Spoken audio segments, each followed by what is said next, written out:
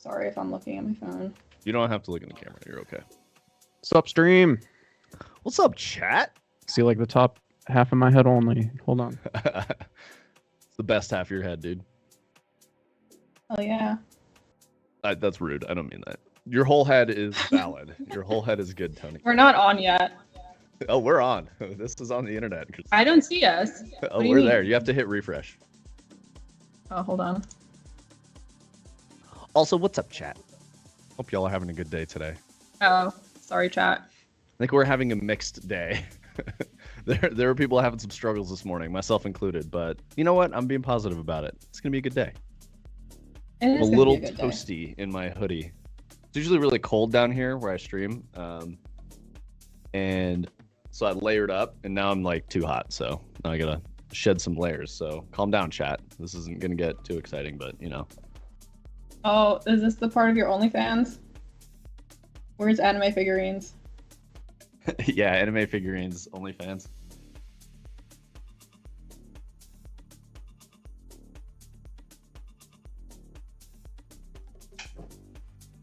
All right, I gotta say, anime figurines went and saw Dune, and we never saw him again. It must have been life changing. Yeah, I remember that. Must have had a good time with that popcorn bucket. He smoked all the spice and became a worm himself. Got him. Yep. Yeah, where is he? My sub on his channel just renewed, so I don't see his sub on our channel renewing. It's probably not up yet, to be fair.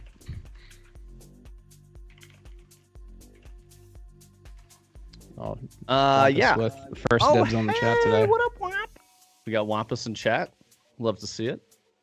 What's up, Wamposaurus? What am I dropping? I'm sorry. I'm like not prepared today. Oh, okay. I'm in it. Yeah, that's what I meant. We're all like kind of struggling today, you know? It's just one of those days.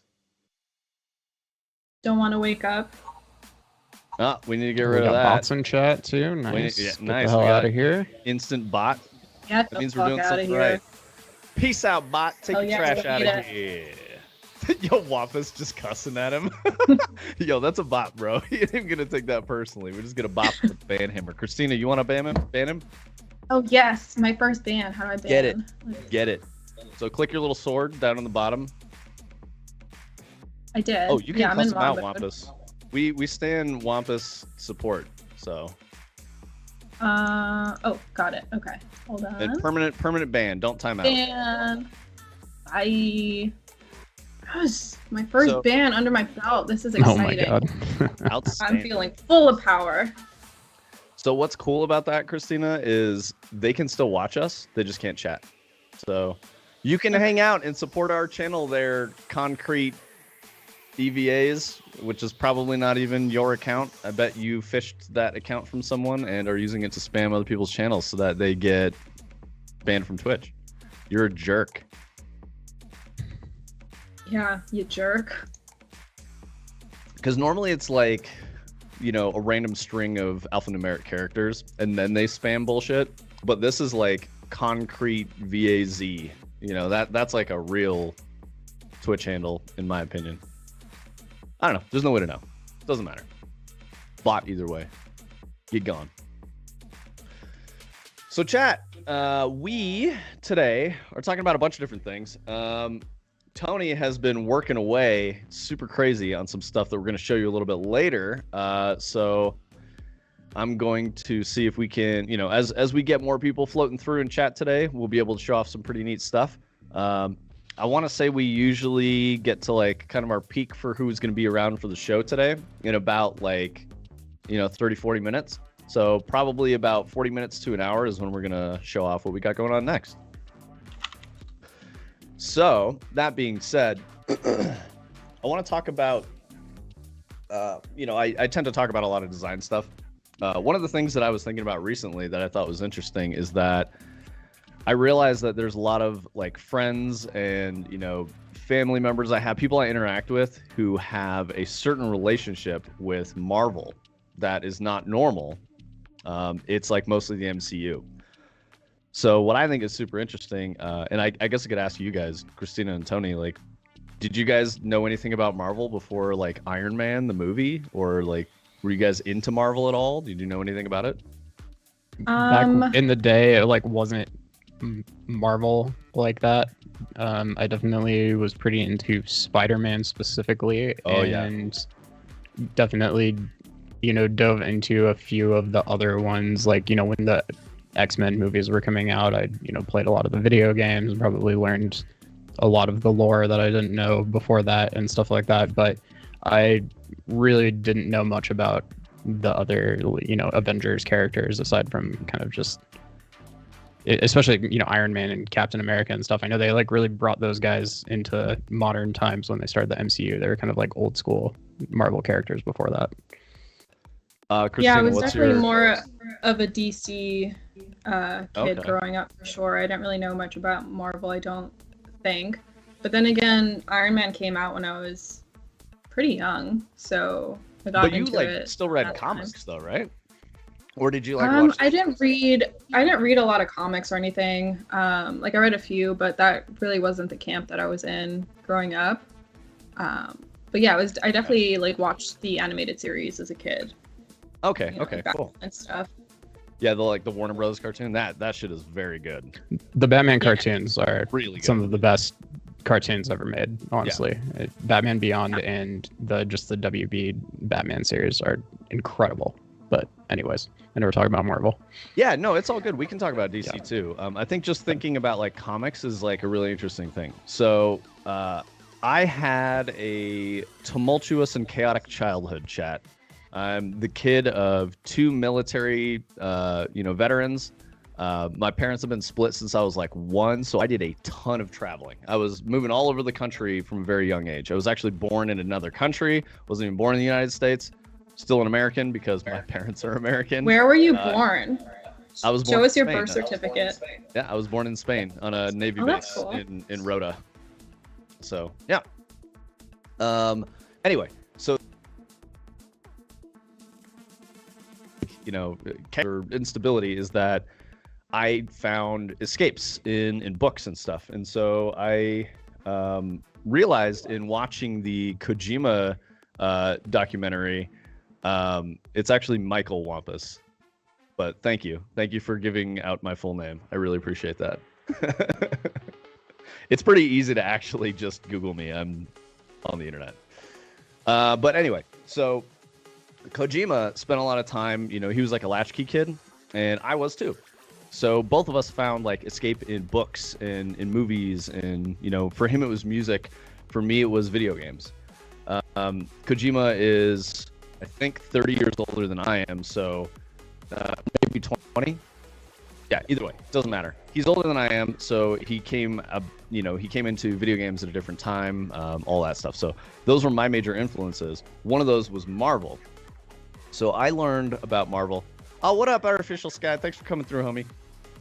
So I learned about Marvel. What we're talking about is the relationship with Marvel and how a lot of people were introduced to Marvel comics, or Marvel in general, and the characters in Marvel through the MCU and through the cinematic experience and all this. So for me, one of the times that I would fly back and forth visiting my dad, or going back home with my mom, stuff like that, I would fly every other week. I'd fly for about an hour, unaccompanied minor, doing the whole thing, pretty scary. But I would get comic books. So I would get 3 comic books at the airport, both ways. So I just started stacking up this collection of comic books. I also really love to draw. I learned to draw when I was, self-taught. I got a book when I was Stan Lee's draw comics book when I was very, very young. I think it was 8 or 9. So I always had this really, really close relationship with Marvel Comics. They're one of the things that pushed me into being creative and thinking about stories and all this stuff. When I was a teenager, or a preteen, my mom was in night school, and I had to go with her because that was just our life. She couldn't afford childcare and all that, so I would go into night school with my mom. She was in college, so it was a little bit crazy, right? Someone was bringing their kid to night school, but I was a good kid. I was quiet. It was always a stipulation of if this kid can be okay, yes, he can stay, but we don't want to disturb the other, students who are here trying to get their degrees, blah, blah, blah. Cool. I did fine. I basically had a sketch pad, I had a book, I had some comics, and I would just go sit like in the corner of the class and, you know, not pay attention to business school or anything like that. And I would just draw. I would tell stories and all that. So comics, when I saw like Iron Man and Hulk and, you know, they were coming to the big screen, like it was such a huge deal for me. So like with the message for Stan Lee at the end of Endgame, like when he passed away and all that, it was very, very emotional to me. So I guess the thing that I'm trying to talk about is I have this really deep connection to specifically Marvel Comics that has been with me for a very long time.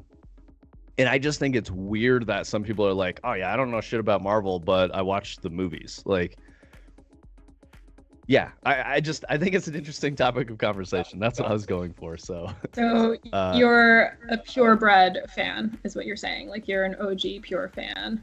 But I'm not even like, so like I have a friend, Derek, who used to run a comic book store, and he knows way more than I do. But, well, of course, you know, it was kind of the same thing. So like he and I can like talk about that, but he was, you know, he's into all comics. So like he loves the DC movies and all that. Like the Aquaman movie, I did not like the Aquaman movie at all. I thought it was really bad. But he loved it. He was like, this is faithful to certain generations of Aquaman from like 1968 to 1985 and something like, and I'm like, what the fuck? Like, I'm making shit up at this point, but yeah, it was, it's pretty crazy. So yeah, there are different. So do you think that movie's bad because oh, go for it. They stayed too faithful and didn't try to make it better for like a more general audience? Maybe that's it. And for me, like, and I know Aquaman of all the DC movies is like one of the not super terrible ones. Yeah, supposedly. I've never seen it, to be honest, but yeah. Yeah, absolutely. I think that's probably it. And like I was more into, so when I say Aquaman was bad, I mean I didn't like Aquaman. I don't think it was an objectively a poorly crafted movie. I think the writing for it was very disjointed and often didn't make sense, but it was really faithful to source material. So a part of me wonders, like, how do people feel about Marvel in that regard? And then I guess to that point, Tony, you've said that you're not a huge fan of like the Thor movies, right? But I mean, if I had to like pick a set of Marvel movies that I wasn't the biggest fan of all of them, yeah, that's probably the set. Really? And the one that everybody will get mad at me about it. The other one is Guardians of the Galaxy. Oh no, you can. Not a big fan of either of those. It's super cheesy. Yeah, I have mixed feelings about Guardians of the Galaxy. I think it's a fun. Have you seen like Thor, you know, Love and Thunder and Ragnarok? I didn't see the last one. No, I heard it was horrendous. I feel like at that point they tried to get too funny and like force the comedy and steered so far away from it's just the director's stupid style. Yeah. So I really liked the Thor movies because they're weird. But what I like about them is that Thor had a bunch of different writers. There's a bunch of different Thors that exist in Marvel. So like I immediately already understood that. So that's why I guess the connection I'm trying to make here is that Aquaman for me is probably Thor for you guys, right? Like, so I understood it and I'm like, oh, okay, cool. Like I get this, you know, I know who Beta Ray Bill is and I know why like Natalie Portman is Thor with a shattered Mjolnir. Like it's all from so when you explained like Beta Ray Bill to me, I thought that was really cool. Yeah. He's like shown in like a frame of the movie, so it's not that exciting. No. But like those stories and stuff are really cool. I completely agree. Yeah, exactly. Yeah, because I had never heard about that until you told me about that a few weeks ago. I think on its own, Love and Thunder is pretty bad. I will agree with that. It's a disjointed story. It's kind of weird. It doesn't make a whole ton of sense. Yeah, and it's as Artificial Sky says, the quip verse, right? Like, which character has the best quip? That's I kind of think that sucks, and it's the fact that one of the options is Natalie Portman is horrendous too. Oh, you don't like Natalie Portman? Okay, let's. No, I like Natalie Portman, but the fact that Natalie Portman is in a quippy Thor movie like that, I see what you mean. Really strange. It's weird. Yeah. Yeah. Oh, what up, Photon? Oh shit, bro! Prometheus. Oh, don't get me started on Prometheus, bro. Hold up, okay. brother. Prometheus makes me never want to have children. I will just say that. Because that scene, I was like, that's what childbirth is. And I'm like, HR Geiger is just back here like, yes, exactly. That is what I wanted you to get out of this movie. Like, Christina, as someone who's not even physically capable of bearing a child, that seems horrifying to me too. I'm like, that's pretty much what a C-section my own organs, and I'm just like, oh god, my organs are. They take out your intestines when you have a C-section. Do you know that? And they put it on a table next to you. I don't like any of that. Isn't that fucked up? Oh, you also have to be awake. Yep. Yeah. Right? Yeah. But they put a curtain because if you see it, you'll like die from like a heart attack. Like you can't watch it. Oh yeah, I've heard about like guys who like, you know, peek around the curtain or something. Like, why did you do that? That seems like the worst possible decision. I have a very intense, irrational fear of disembowelment. So that's my biggest bot. That made me become a vegetarian in college for a bit because I was watching an Anthony Bourdain movie and they hung up a sheep upside down and just like gutted it and all the guts spilled out and I was like, no, I'm out. I can't do this. I love Anthony Bourdain, by the way. R.I.P. Me too. Love that man. He made amazing stuff. Really resonated with me. Made me want to travel, and I fucking hate travel going outside, but yeah. Anyway, yeah, disembowelment. No, thank you. Okay, so Photon's like, yo, that's not irrational. Your guts might just fall out at any moment. Yeah, I agree, dude. Like, ugh. So yeah, I really like Prometheus on its own. I understand why people say meh, especially if you have a connection to like the Ridley Scott Aliens cinematic universe, whatever the fuck you want to call that, the story that he made. I really like the visuals in Prometheus and the high level concepts. That is what does it for me. The story itself, it was very thin. I mean, there were lots of like. Go ahead, Tony. So what if they make a third movie after Alien Covenant, and it leads back to like the beginning of Alien? Yo, let's. And it kind of like through lines from Prometheus through Alien Covenant to whatever this magical third movie would be, and effectively at the end, it's like the Nostromo landing on the planet where they're going to find the alien ship, and all of the events of the next 4 movies are going to happen. That's cool. That is what they should be doing with this the entire fucking time. That sounds fucking cool, honestly. I've thought about this a lot. I think the idea of xenomorphs is really fucking cool, and I understand that when you enumerate the steps that create the xenomorph, you are shining a light on the dark corner of the lore that like sits in someone's head as they imagine what this thing is. As a creative, I really don't like doing that because it takes something away from the audience. When you have a personal connection to the thing, you're like, oh, this is how I imagine. That'd be so cool if it like worked that way. I've experienced this in person with fans. It's a really weird situation, but someone will come up to you and they'll be like, hey, when I'll use an example. They were like, hey, so you're the guy who made like Mithrax and Destiny, right? So as the Kell of Light, does he, would he ever blah, blah, blah, and like kill Zavala or something like that, right? Just kind of like a random question that they've like clearly been thinking about for a very long time. If I answer that and the answer's wrong and it doesn't match their opinion, they're going to feel really bad and stupid. There's probably not an answer to that question because we've never thought of it, but we've created this thing that's so deep that's, an audience member has like gone off on a tangent in their mind and they've just gone down this rabbit hole and like come up with all this cool stuff. That's the magic of art, I think. So never like point at the thing and tell the thing. And that's probably why you've got this like negative reaction. Not just you, Photon. I've heard a lot of Alien fans really decry Prometheus and Covenant. And just because of like, they don't enjoy that there's these weird, tall, giant, alien dudes doing weird shit on a planet. Didn't make any sense to them. It like bothered them. I get all that.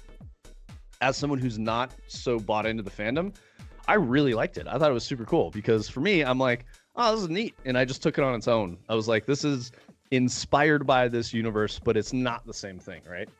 So that was my take on it. But I don't know where we're going with this. We're just kind of talking about stories and shit. I mean, somebody said Prometheus, and my brain exploded. So. Yeah, exactly. Same. We took you off the tangent. Sorry. I like you talked about how like they did start to touch on like how the aliens were made, and I do think that upset a lot of people and maybe kind of took some of the like cool out of the story. But it's like, I don't know. I think I feel that way more about in the second movie, where they kind of tried to imply that David the android had like genetically manufactured the aliens out of kind of like the beginnings of the xenomorphs from the first movie and stuff like that. But I mean, it still works, and it provides a lot of like explanation and backstory behind, again, like the first Alien movie, where everybody's just like, why did they find the ship? Where did this come from? What are these eggs? Like all that stuff has just never been answered across like all of the terrible follow-up content that they've made after those first like 2 movies are great, third one's okay, the fourth one's okay, and then it kind of goes downhill after that. But yeah, I don't disagree with what you're saying, Photon. I guess I just look past the story because that's not why I'm watching it. Like, I would watch that movie like, okay, one, I'm not a fan of horror at all, so I was immediately just like, you know, I was in a weird spot going like, okay, I'm gonna be really scared, I might have to stop this movie. And I literally did. After she gives herself the C-section and pulls the fucking alien baby out, I was like, I had to hit pause. I just walked around my house for a while, like holding my head up. I was like, what the fuck did I just watch? I was like, why did I do this? Classify this as horror though, because I am such a baby. Yeah. Like everyone should know that I cannot watch horror movies. I cry, I throw a fit, I have to turn it off. Like if someone tries to put it on, I will throw a tantrum. Like I have nightmares from the trailers of horror films, like such a baby. But I wouldn't classify Prometheus as horror though, because I sat through that and I was okay. So funny. So yeah, that's how much of a baby I am, Christina. I would classify it as horror. Do you remember the implications of what happened after the end of Prometheus before Alien Covenant too? Tell me, because so she had C-sections. She escapes the ship. She is almost killed by the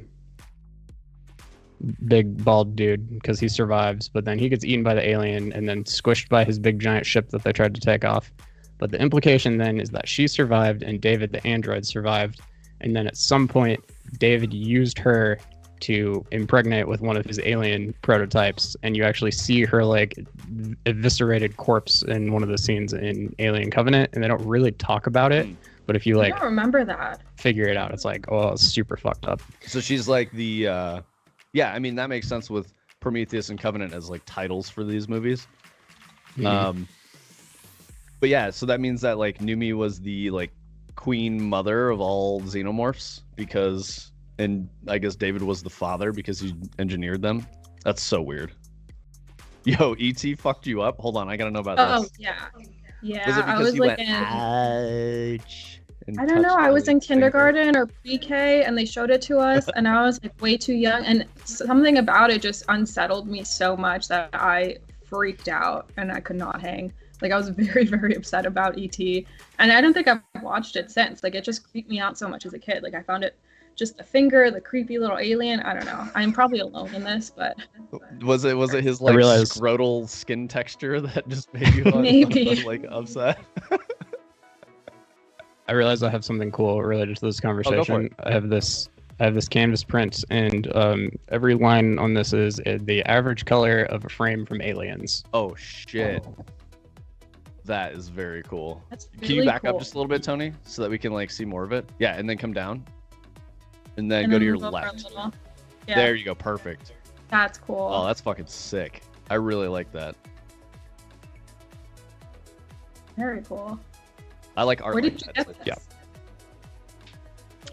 this? Family member gave it to me for Christmas, but I know there's a website that you can get like any movie basically. So it has like every frame of the movie in a color? Yes, and it's really cool to watch Aliens and have this nearby and kind of try to figure out where you think you are on the print cool. based on kind of like what's on the screen right now and like what general thing is kind of happening. Because yeah, you have areas that are like very red or very orange. Like this has got to be when she's fighting the queen in the giant like loader thing and stuff like that. So the red is probably lots of blood. The portion. The white is probably lots of like android blood. Oh no, that's Aliens, right? With Bishop. I always fuck that up. Alien and Alien. Yeah, but that is Aliens. Oh, okay. So yeah, so definitely my preferred Bishop of the two originals. I like Aliens better. Where he's like dropping all his android milk everywhere. All right, cool. Oh, So that gross. was so gross. Which one was the one with it the was cat? really She sad. was like trying to save the cat the whole time, and the That cat was was just being Alien. a cat. That's Alien, yeah, when they're on the spaceship. Yeah, the way they named these in the 80s and the 70s is so fucking stupid. Aliens. Yep. Alien again. You gotta really emphasize that S when you say it. It's so funny. And then they're just like, fuck it, Alien 3. Yeah, exactly. They're like, how do we do aliens? That's what they should have called it. Aliens is. Like apostrophe S. Like a Smeagol. Say it like Smeagol. Mm-hmm. Filthy aliens is. Get Photon does the I agree. creepiest Smeagol impression. Oh, I can't listen to him do it. It's very disturbing.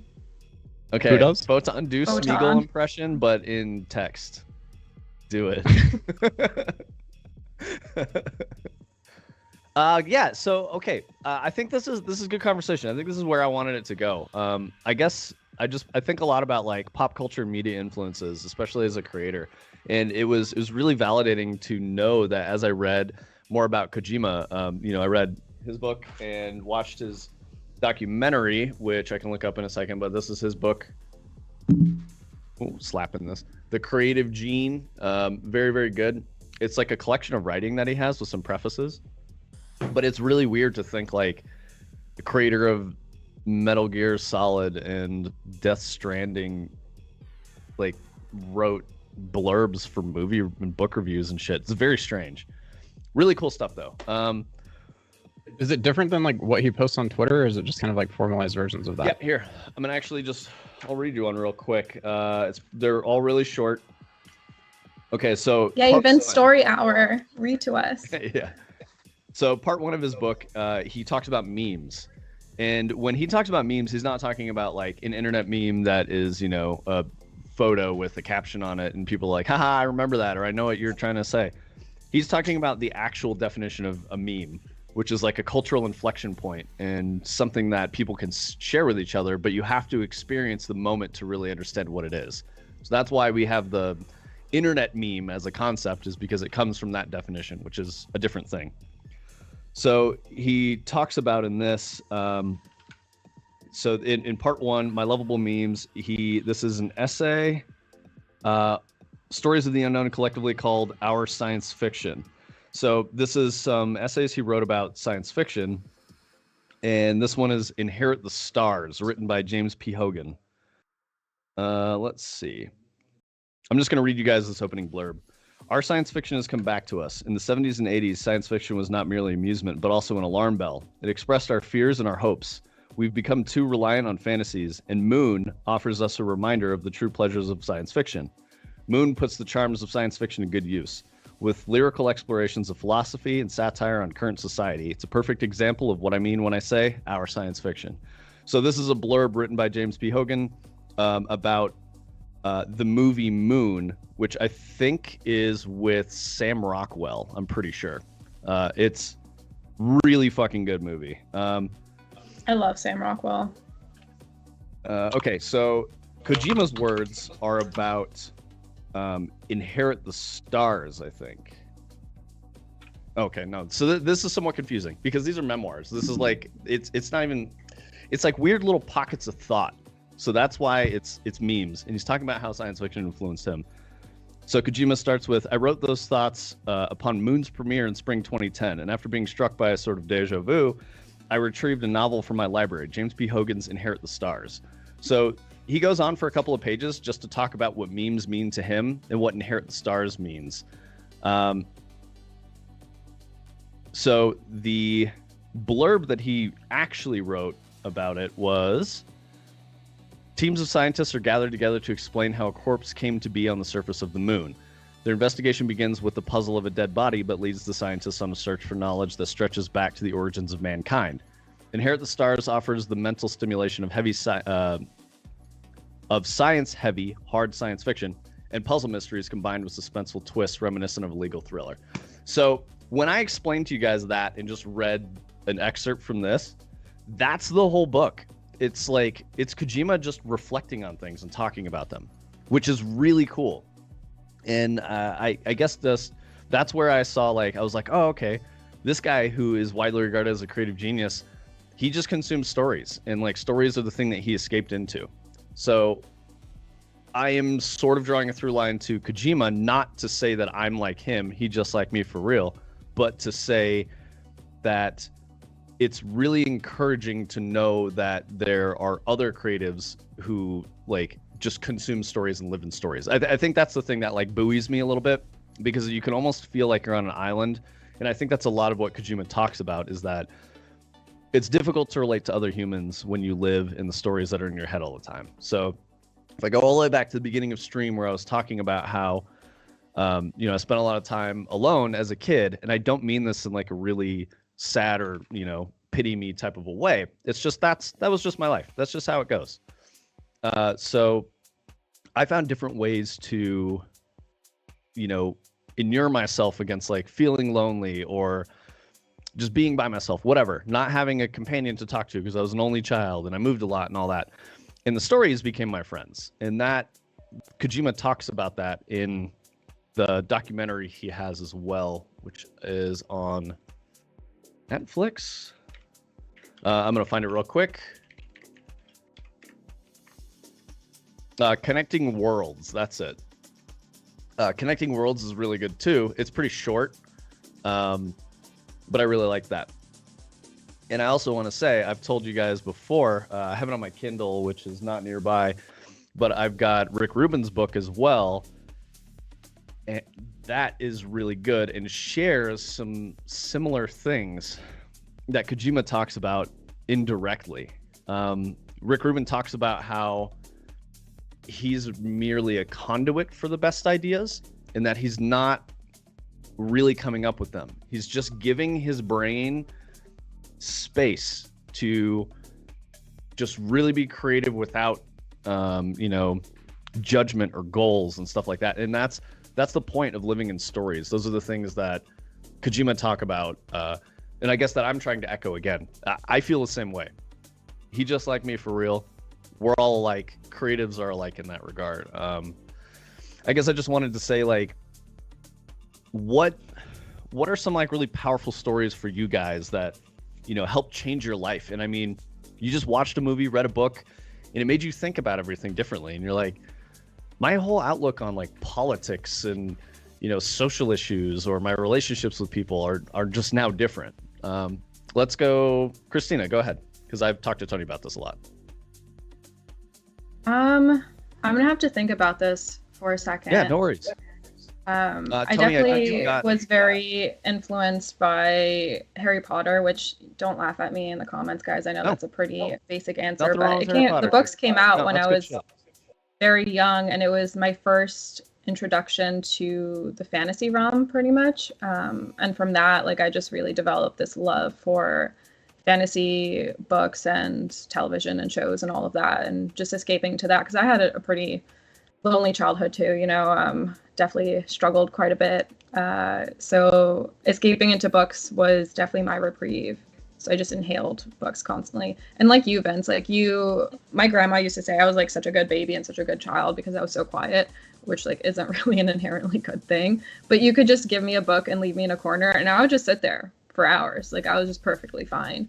I think the only times I ever got in trouble in school was because the teacher was talking and I was just reading a book on my own, like not paying attention whatsoever. I definitely did that when I was in school too. I had a huge thick book. I don't know if it's on my shelf anymore.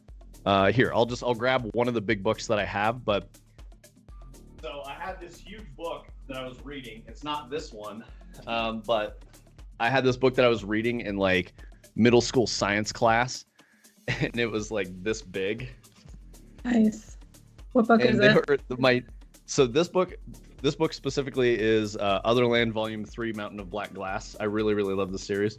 But I was reading The Dragon Riders of Pern, and I'm like just reading this while they're teaching us about chemistry. And then the teacher like tried to catch me out and was like, Vincent, tell me about like pH balances. Is negative pH more alkaline or basic? And I just answered and we were good. And they were like, huh, and you're just reading this book the whole time? I'm like, yeah, this is like basic ass fucking science that I learned like 3 years ago because I love science and went to science camp because I'm a nerd. But yeah, yeah, I did the same I was shit, the Christina. same way. Like they would ask me questions with my face in a book, and I just answer because like my brain could still pick it up. Like tell me you're undiagnosed neurodivergent without telling me. So that was fun. Yep. Okay, so that's cool. What books did you read back then that you like? What's a story that you like really connected to, Christina? Because I was talking about Marvel.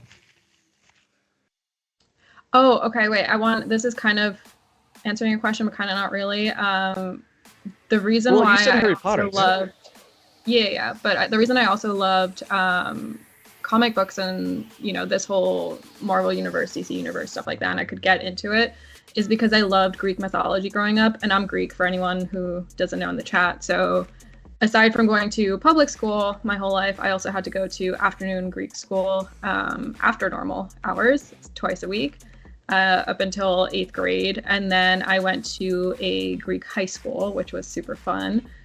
So I read all of these stories in English, Greek, and ancient Greek. So I got very, very into mythology.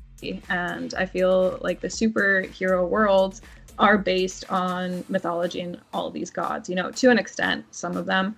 And then some of them quite literally, like Thor is based on Norse mythology, and that's a real Norse god, and all that.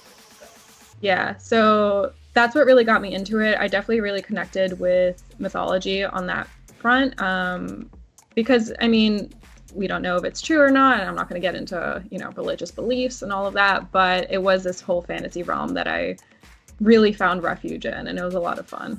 And it's all like, mythology is very fucked up. Oh, like yeah. it's not, yeah, it's real twisted and real fucked up, and they kind of wash over it and sugarcoat it and make it like kid friendly, but it's really twisted. It's not kid friendly, yeah. Not like at all. Saturn just eating his fucking children and shit.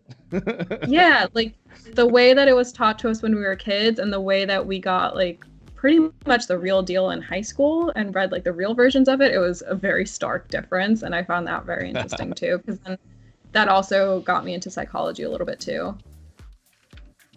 I feel like mythology is really important. That's cool. I did the same thing, I feel like just as a kid, so this will touch on a little bit of sadness, but I feel like as a kid, I was always like, there's got to be some magical world I could escape into. I always thought of books like Indian in the Cupboard, or like Lion, the Witch, and the Wardrobe. Oh, yes. Love that I book. really connected to those stories when I was a kid, and I was like traveling a lot, and I didn't know, it didn't make any sense to me, and it is what it is. It's fine. But at the time, it was very distressing, and I didn't know. So I'd always hope that I could just like open my closet and walk into that, and that I would be in this magical world of Mr. Tumnus and eating Turkish delights and possibly being like kidnapped by the White Queen and shit. So, and I could like hang out with my lion buddy, and that would be sweet. So or like someone's gonna come take you away and tell you that like, oh, you belong in this world, like this world, you really don't belong in this world, and like, because I felt like that very often as a kid, like I don't really fit in here. So finding refuge in these stories where the main characters were like, I really like the stories where they're living this life and they don't fit in, and they're full of sadness and angst, and then suddenly someone comes and like saves them and brings them to the land where they're actually supposed to be, where they're meant to be, right? Yeah, I really like that part of it. You can hang out with your lion buddy in this world. Yeah, bro, that's how you get eaten by a lion. I have my little lion buddy right here. Her name is Chalupa. Nice. I like Chalupa. I like how like grumpy Chalupa's eyes look most of the time. Oh, she's such a grumps. Oh, I see where you were going with that. Artificial sky, just accept Jesus Christ into your heart. I mean, you're not wrong. That was C.S. Lewis's entire agenda.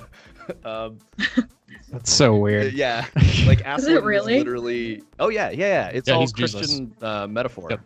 The entire series is all biblical metaphor.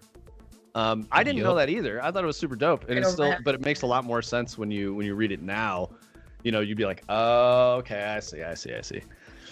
Real quick. I don't think I'm very susceptible to propaganda. I think it's my ADHD brain where I'm just like, nah, don't buy this. I wanted to throw out the story real quick for Photon about shout out to those of us who got the question from the teacher and just flailed around and didn't answer instead, while like Christina and I were sitting there like reading books and not visibly paying attention. So there was this time when I was in high school, I was in chemistry class, and I was listening to the new System of a Down album. I want to say this might have been Toxicity, but I had it one earphone off, and I was just calculating like, I think valences, or I don't remember. Some kind of chemistry problem in how electrons will change between different atoms in a molecular structure, right? There's a kid sitting next to me, and he's not getting it. He was a friend of mine. He was like a jock popular kid, and I was not. I was a goth kid, skater, and I listened to all kinds of metal and whatnot. So we're sitting there, and he keeps asking the same fucking question over and over again, and the teacher's getting frustrated trying to explain it to him. So I just take my headphones off, and I go, "Listen, dude, it's blah blah blah and this and that." I was like, I don't know what's so fucking hard about that. He picks up his book and throws it across the classroom, starts crying, not kidding, and he goes, "Fuck you, man." He's like, "I'm sitting here trying. I'm trying to learn this shit. You're not even fucking paying attention. You just know it." He's like, "This is bullshit. This shit's not fair." And he fucking slammed the door. And I was like, I'm a dick. I was like, holy shit. And then I went outside and talked to them. But I didn't realize until that moment, like, not everyone has the same set of life challenges, yeah, I definitely feel for that dude. That was my learning experience, and I realized, I was like, just because I get something doesn't mean that people don't fucking get it. Like, or that they ever will. It's okay, and maybe they just need a different approach. They need someone to take a little more time with them and talk it through. That's totally okay. See, you're a nice, smart person. Because there are some people that are not nice about it, No. And you learned your lesson. You're like, oh, people learn differently, and that just shows how empathetic you are and your capacity to see things through other people's eyes and experiences. Because a lot of people would just be like, "You're a fucking idiot. That's not my problem." Yeah, I think it did help that I was friends with that dude, and I liked him, and I appreciated his company. And I don't think he would have said that to me if he didn't feel the same way, right? He was honest with me in that moment. He was super fucking frustrated. He felt really stupid. And then when I called him stupid in front of the whole class, tacitly, I didn't directly say, "You're a fucking idiot, dude." I was just I was condescending to him, and I was like, oh, man, I just did some harm to that guy. And of course, afterward, this is funny. We were degens, so we're smoking cigarettes. That's how I made it nice. This is high school. We are not allowed to be smoking cigarettes. But I went outside and bummed him a cigarette. And we were chatting. I was like, "Dude, I'm really sorry. I didn't even think." And he's like, "Nah, fuck it. It doesn't matter." He's like, "It's not a big deal." He was being really stoic, and he was just he's like, "I just don't know how you can do that." And I was like, "It's the gift I have, I guess. I'm sorry." I was like, I'm really sorry. People's brains work differently. Yeah, exactly. It's good that you had that conversation with him, though, and explained it, though, because there are some times when that happens when you're very young or even in high school, and somebody says something like that to you, and it sticks with you, and it follows you for the rest of your life, and it's this underlying insecurity and fear that you have forever, and it really fucks up your psyche. I think the through line to game design from that is in this book, Art of Game Design, A Book of Lenses. The moment that I just talked about here with the guy in high school is a lens, a perspective lens. So when you're designing an experience, when you're making a game, a movie, telling a story, in order to make that, when you're writing a character, to make those things better and more solid, as a designer, you need to be able to change your perspective and try to be someone else, put yourself in a different spot. And that's what Book of Lenses is really about. You need to think about the person who has never used a controller before, maybe an 8 or a 10-year-old who's never used a gamepad and they've only used touch screens on iPads. You need to think about the 40-year-old millennial who's been playing FPS games for 30 years, and that how are they going to play your game? How are they going to think about it? So that's what the Book of Lenses is. From a younger age, I was able to realize other people's perspectives, and that we don't all share the same perspective. You need to be careful about it. And you don't need to include every perspective if it doesn't fit with the vision for the thing that you're trying to make. You can, and you should, if it's valid and it's appropriate and it makes your story better, go for it. But I also wanted to give Tony a chance to talk. as he was about to walk away. You can walk away if you want to. No, sorry, my engine just crashed. I think when you were talking about this initially, the book that has probably blown my mind the most in my entire life is still The Three-Body Problem. And it just made me really think about the size of the universe in a lot of ways that I never have. And it's, of course, very sci-fi concepts and stuff like that, but I do think that a lot of the ideas that it talks about are somewhat realistic and interesting and kind of scary, and it's really cool. We love a question about that. What's that? How old were you when you read it for the first time? It was while I had COVID in Cancun in 2022, so I was 32. Oh, okay. Yeah, I don't know about you. Nice. You were talking about Harry Potter. I read Harry Potter entire series front to back easily 12 to 15 times when I was in like elementary school. I would just like finish it and start it over usually. You got me. I don't know. I was very into it back in the day. Through probably 3 times, maybe 4. I don't remember at this point. It's been a long time since I've read it. But speaking of the universe and how big it is, I don't know about you guys, maybe it's just my anxious brain, but I remember being in high school and learning more about the cosmos and all of that. And I remember having a very severe existential crisis and having so much anxiety over how big it was and trying to like wrap my mind around that concept. And it just filled me with for some reason, I just went into full existential crisis over how big it is and how small we are and how insignificant everything is, and just spiraled out of control for like a full week. The second Three-Body Problem book is called The Dark Forest, and it's called that because there's a theory, and this is a scientific theory that exists in the world, but it's called the Dark Forest theory. And the metaphor is basically that you're a hunter in a forest at night and you're being hunted by another hunter and you're trying to hunt them at the same time. And effectively it's like if you do anything to make it so that if you were to light the forest up so you could see the other hunter, it lights you up too so they can see you, and you've effectively exposed yourself. And the idea is that like all life in the universe exists in this like dark forest and there's like some assumption that everybody else is trying to kill you. I think Vince, you might be able to kind of clarify this a little bit, but basically the idea is that if we ever expose ourselves by like broadcasting much shit out and trying to find aliens, like the best decision for any species that exists in the universe is just to kill anybody that they find as quickly as humanly possible, because then threat eliminated. Yeah, so at all times. That's terrifying. To elaborate on it a little bit, the foregone conclusion is that there's a limited number of resources in the universe and a limited number of habitable spaces in the universe. And as interstellar or interplanetary civilizations interact with each other, they're in competition for those resources or control or political power or something like that. So in Three-Body, there's this like truth that this is the solve for the Fermi paradox. And if you're unaware of the Fermi paradox, it is that there is an overabundance of statistical data that shows that other life in the universe should exist, but we find no evidence for it.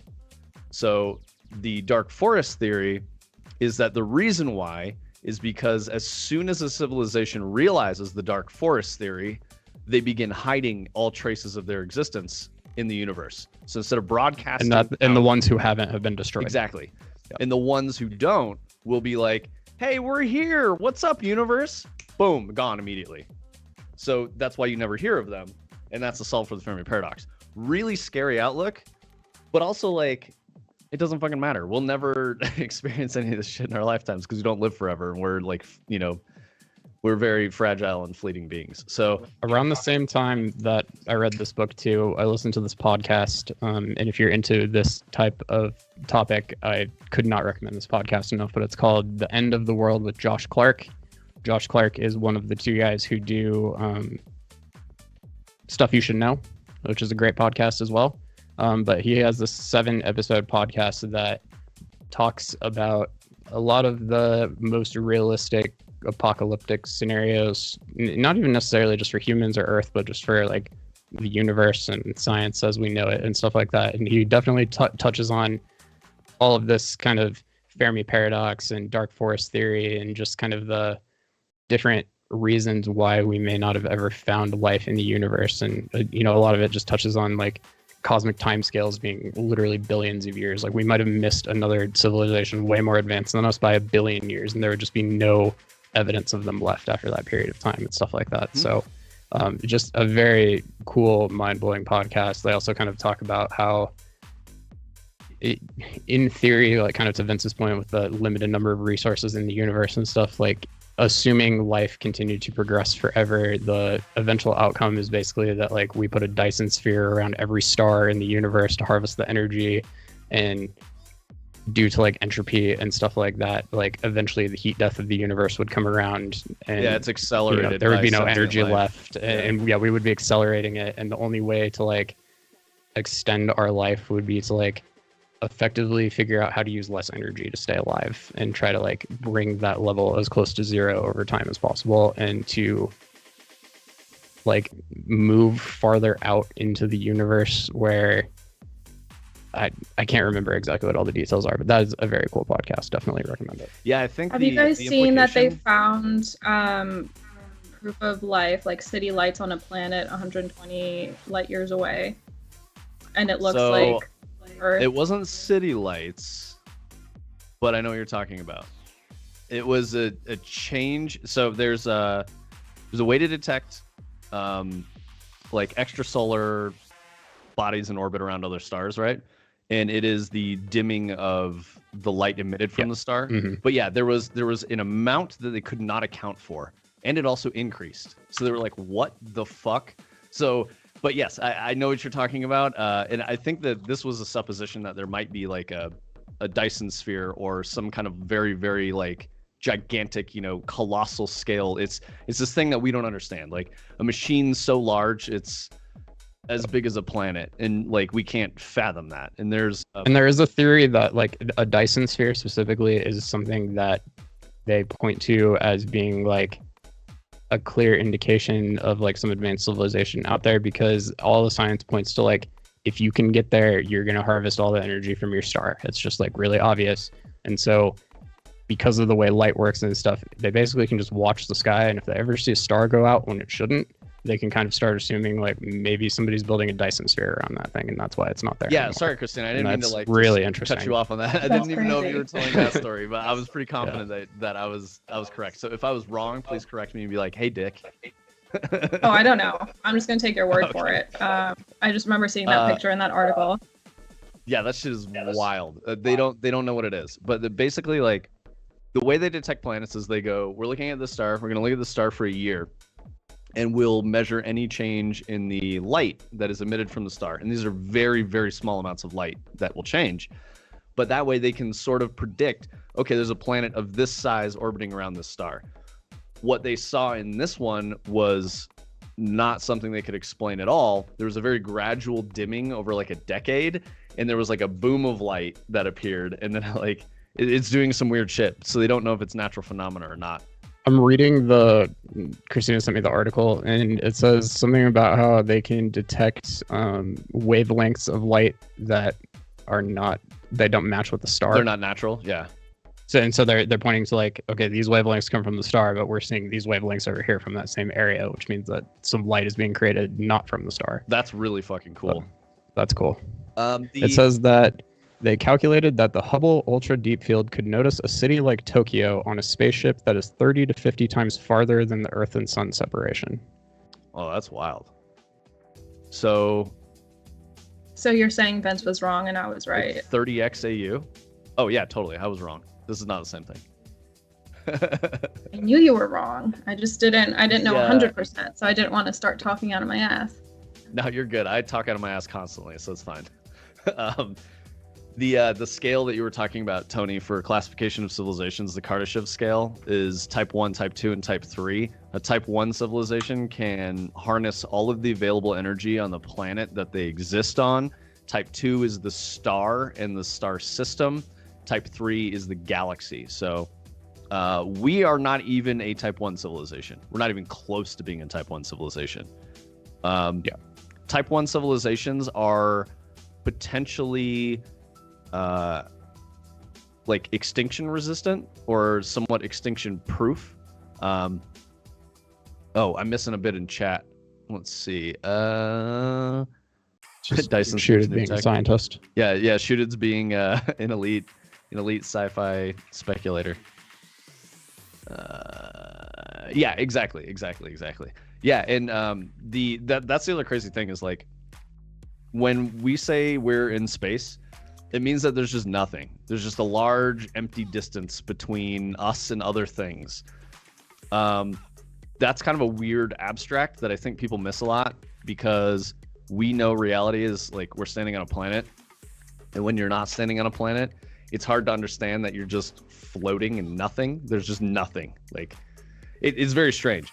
But that being said, like if you could get all of the energy from tidal forces, from wind and hydrologic cycles, all that shit, harness that power, you might not go extinct, but you're not on more than one planet. So you could do that on multiple planets and still be a type 1 civilization without harnessing the power of the star, because the star is potentially really far out of reach. I don't remember where else I was going to go with this. I get really excited about this shit. I love talking about this stuff.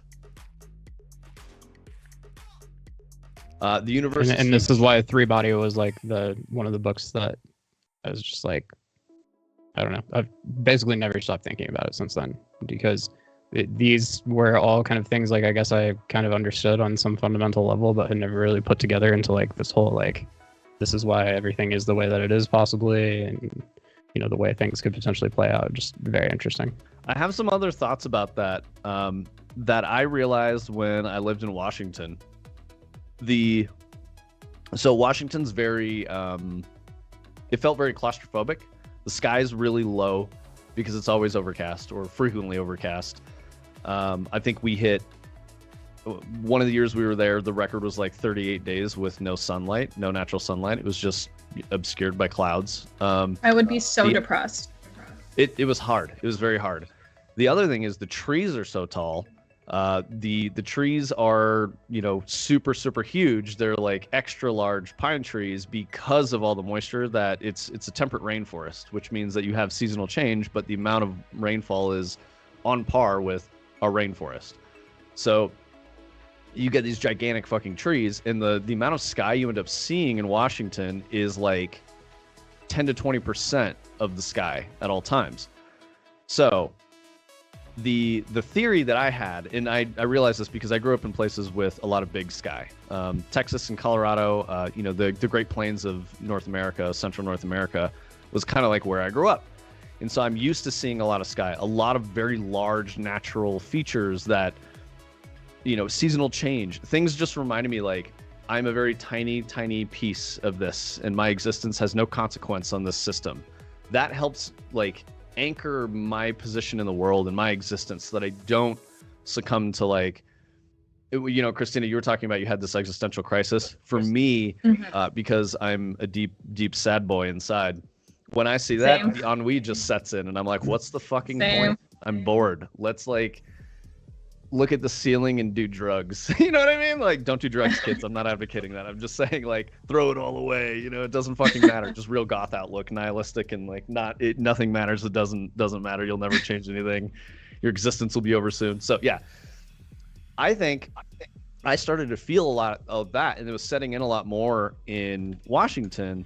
And then every time I would come home to visit in Colorado, I'd be like, oh my God, there's a big sky. Like, I remember that Twitter doesn't fucking matter, you know? Sociopolitical issues in this specific city or state don't fucking matter. There's too many people here. There's too many problems going on because there's too many people obsessed with shit that doesn't fucking matter.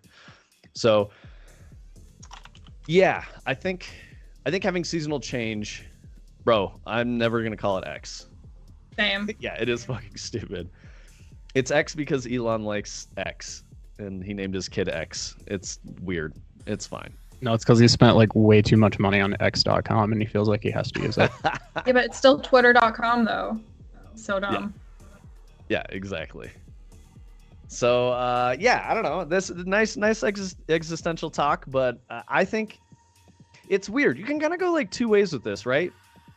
So I want to say, oh no, dude, derail all the way. Like you're totally fine. Please feel free to chat. It's not I'm only talking, hoping you guys appreciate what I'm saying and that it's bringing you value and it's entertaining. If that is not happening, feel free to talk about X or something else if I'm boring the shit out of you.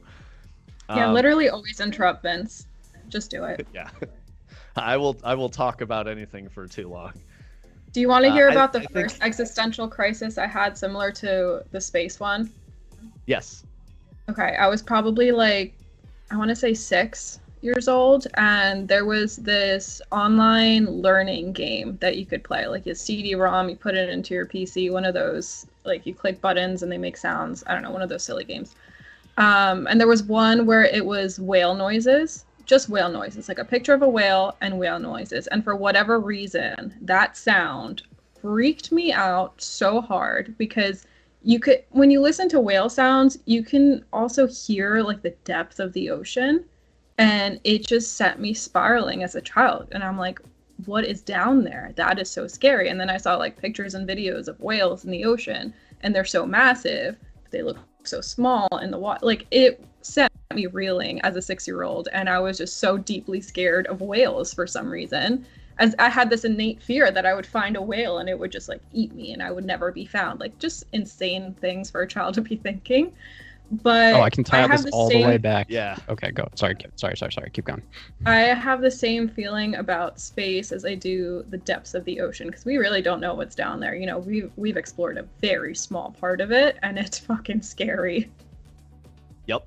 Strong agree. We all have thalassophobia here, which is what that's called. The like is it? Expansive, the expansive, like the abyss. It's basically like the fear of the abyss. And it doesn't have to be ocean. It's just when you realize how small you are. So, Christina, I will experience this sometimes. Like, all right, bear with me. The story's a little silly. Playing World of Warcraft. When you play a warlock. Good start so far. Yeah, when you play a warlock, you can give yourself water breathing, and you can just like cast it, so you can go like swim around everywhere. And that I was just exploring, and I was like fucking around and having a good time. And I swam to one edge of the map, and I was like above the water, and I was like, oh, that's kind of cool. And there's like sun setting or whatever, because that's just how WoW works. It was like on real time, you know, with the Pacific time zone or something like that. So I was like just kind of floating in the ocean, watching the sunset, because that's how you do when you play WoW. You just live in that game. And then I like dove under the water, and I experienced this extreme sense of vertigo, because it looked like there was a continental shelf just kind of like going away off into, you know, this like fog effect they had, so that it obscured the edges of the world. And it was like I was staring into the void. So I will experience that same feeling playing World of Warcraft, right? In VR, it's very real. Yeah. So, yeah, that's terrifying for me.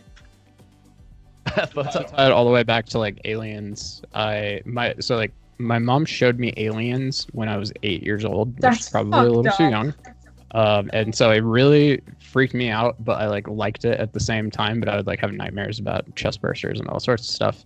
But then eventually I watched Alien Resurrection, which is the 4th one, and there's a very specific scene in Alien Resurrection where they're in this flooded room, and there are aliens swimming after them, and they like kind of swim like snakes, and it's terrible like 90s CGI, but it's like a pretty compelling shot in the movie. And I was on swim team as a kid, and I swam in this giant Olympic-sized pool that had a 15-foot deep end for the high dives.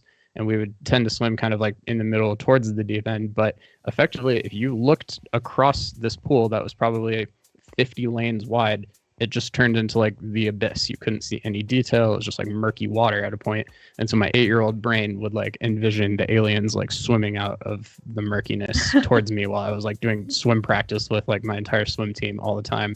And it just kind of had to turn into like, don't look at it. Don't think about it. And yeah. This is why I don't swim in waters where I cannot see my feet. Like, if the water is not clear, I'm not going in. I don't like to not know what's going on underneath the surface. That freaks me out. And I love the ocean. Like, it doesn't scare me anymore, except the North Sea. That fucks me up still. Like, why are the waves so big in the middle of nowhere? That should not be happening. I just imagine the Kraken coming out.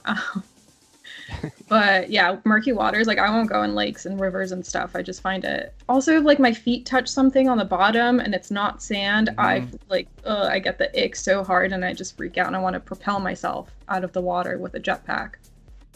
So you're saying you love swimming in lakes. That's your favorite place to go swim.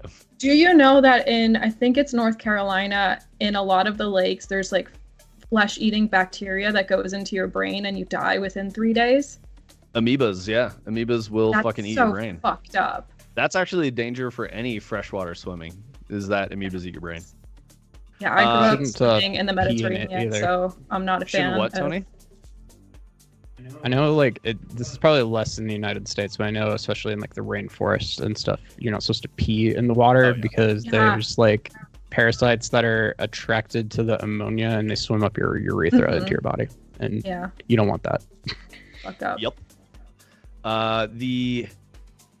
So I once went out on a boat in Washington with some Bungie people, celebrating like the Whisper and whatnot. Went out with the team on a boat. And everyone was like, "Yeah, dude, let's just hang out here. We'll like hop in the lake, and it'll be cool." And I was like, "Oh, right on." And the lake was like black, and it looked black, and I was like, "Okay, that's because there's like a bunch of tannins in the water or whatever, and like it's probably just whatever." It was black because it was so fucking deep you couldn't see the bottom. As soon as everyone jumped in, it was crystal clear, and I was like, "Oh boy!" And I just started having an anxiety attack, and I was like, I need to not look over there. Like, not even just not being in the water, witnessing people in the water like that, I started panicking. Like, it's not the same as a panic attack, but I started having a very serious anxiety attack, and I had to be like, I'm going to be okay. You're on a boat. Everything is fine. But everyone was like, dude, hop in. And I was like, no, I will not be doing that. And that's what the people in Jaws thought, too. I'm safe. I'm on a boat. They were wrong. It's not even that I think there's a thing. I don't know what it is. It's an involuntary reaction. It's one of the only like instinctual fears that I have. Yeah, it's your brain protecting you. Heights is one of them too, which is weird. And I can conquer the heights one. That one's okay. I've gotten through that. But for some reason, like swimming, I just can't fucking do. I cannot do it. The heights don't bother me. Bro. Yeah, for me, it's if I can see the bottom, I'm good.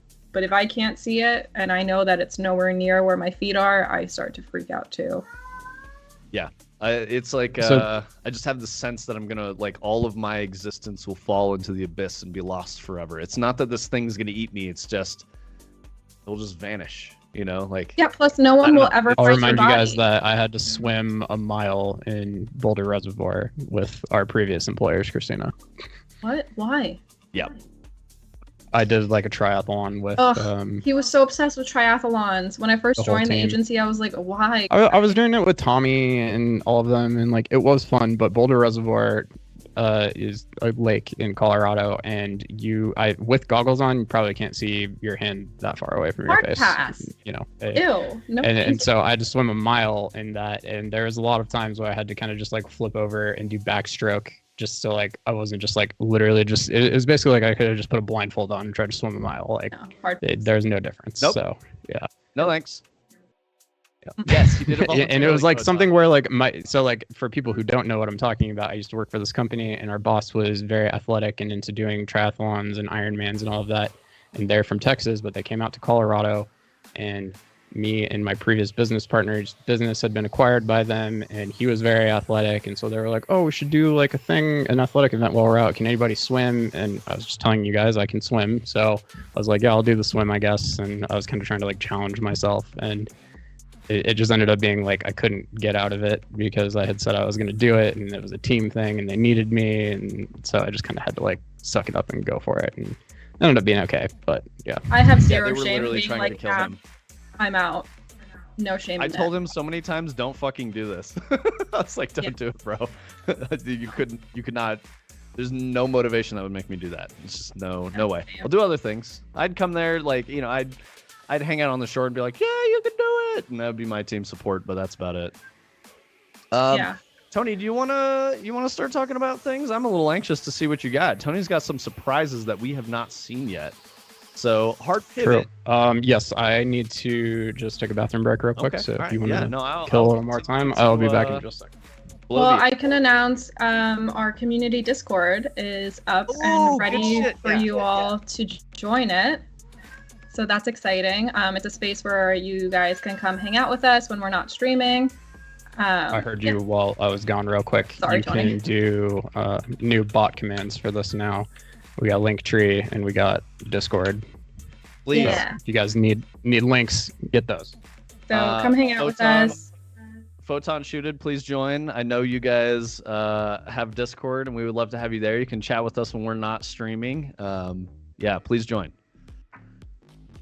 I'm looking at it right now. I'm going to see if you guys join. I'm looking at the fucking thing. Oh, Photon's in there. Let's go. Hell yeah. All right, cool. Sick. We did it. Yeah, so our Discord is for you guys if, you know, because like it can be pretty hard sometimes, like when we're streaming to, you know, chatters sometimes feel like they're interrupting or dominating chat. We don't really care about that at all. We're still really small. There will be a time when that's not the case, but you know, Discord will probably be the future venue for that, for interacting with us. But right now, please continue chatting. Like, feel free to dominate the chat. It doesn't matter. Interrupt me with questions if you got them. Whatever is totally cool. Yeah, and if we talk about something game dev related or gaming related, or you know, just our general rambles, and you want to continue that discussion later or send us something relevant, you could do that in Discord. And it's a place for you guys to also connect with each other and set up time to game together, show off stuff that you're doing, ask questions about game dev if you're just starting out, or if you've done it before and you want to show off, there's a space for that too. Give other people tips and tricks, all that fun community stuff. But please note that I have the ban hammer, so if any of you step out of line, you will be banned so fast. So, you know, general rules apply. Be nice to each other. Nothing gross, nothing weird. Don't dox each other. Just don't be a dick, and we'll have a good time.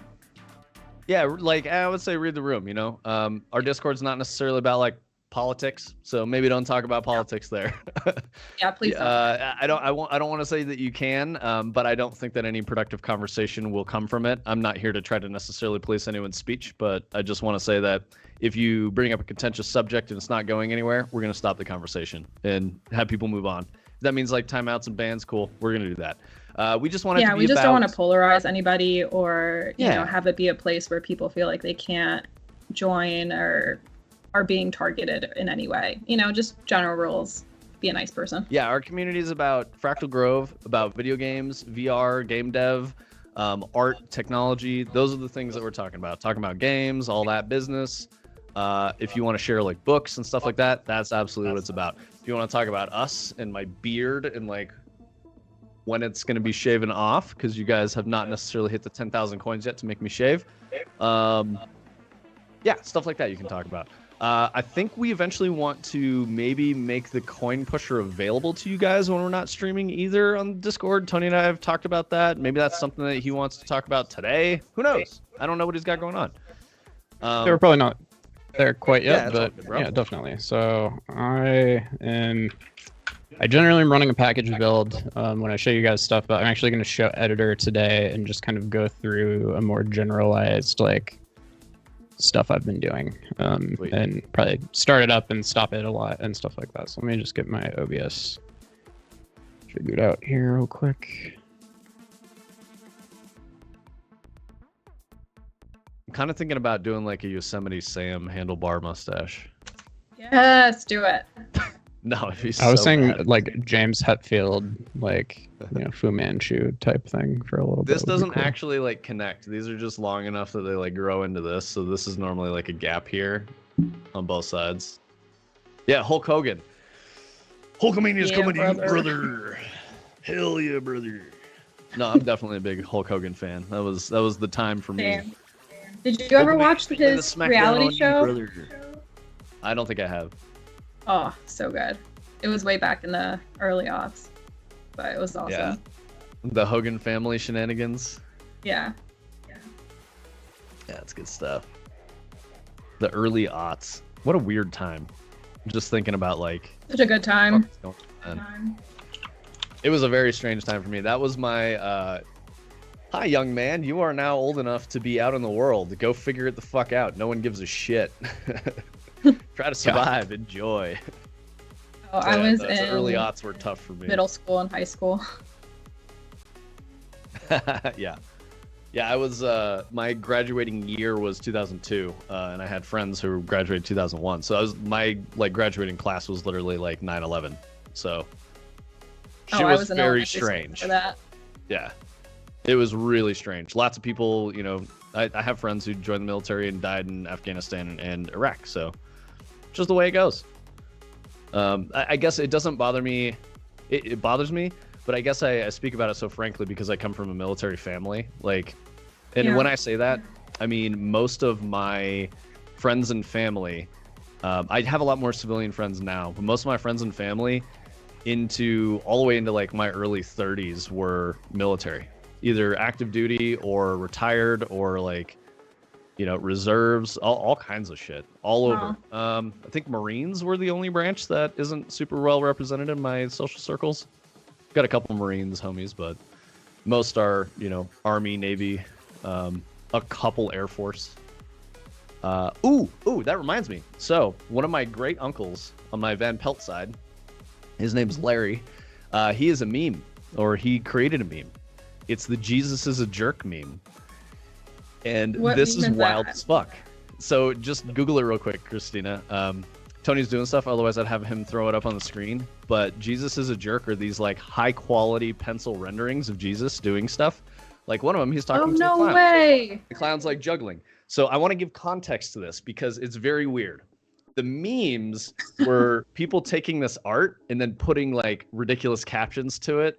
So it would be like, can I tell you the first one that came up? Yeah, go for it. It's Jesus looking over grandma's shoulder and she's sitting on typing on a computer, and it says, "All right, now search 2 girls 1 cup." It's a video about knitting. Come on, trust me, I'm Jesus. Would I lie? Yeah, I've seen that same one with Jesus going, "All right, delete system 32. I promise it's the best way to fix your computer," which is really bad. It's an old computer joke. But yeah, so now the context for this is my Uncle Larry is incredibly Christian, very, very, very, very Christian. He is an Air Force pilot. He served in Korea and a couple of other theaters. He was a pilot did sorties and dogfights and shit like that. He's very, very decorated pilot. He believes the grace of God saved him in combat, all these other things. God gave him this gift to draw that he discovered in his 60s when he was in retirement. And he read the book Drawing on the Right Side of the Brain and taught himself to draw and did all these drawings in pencil.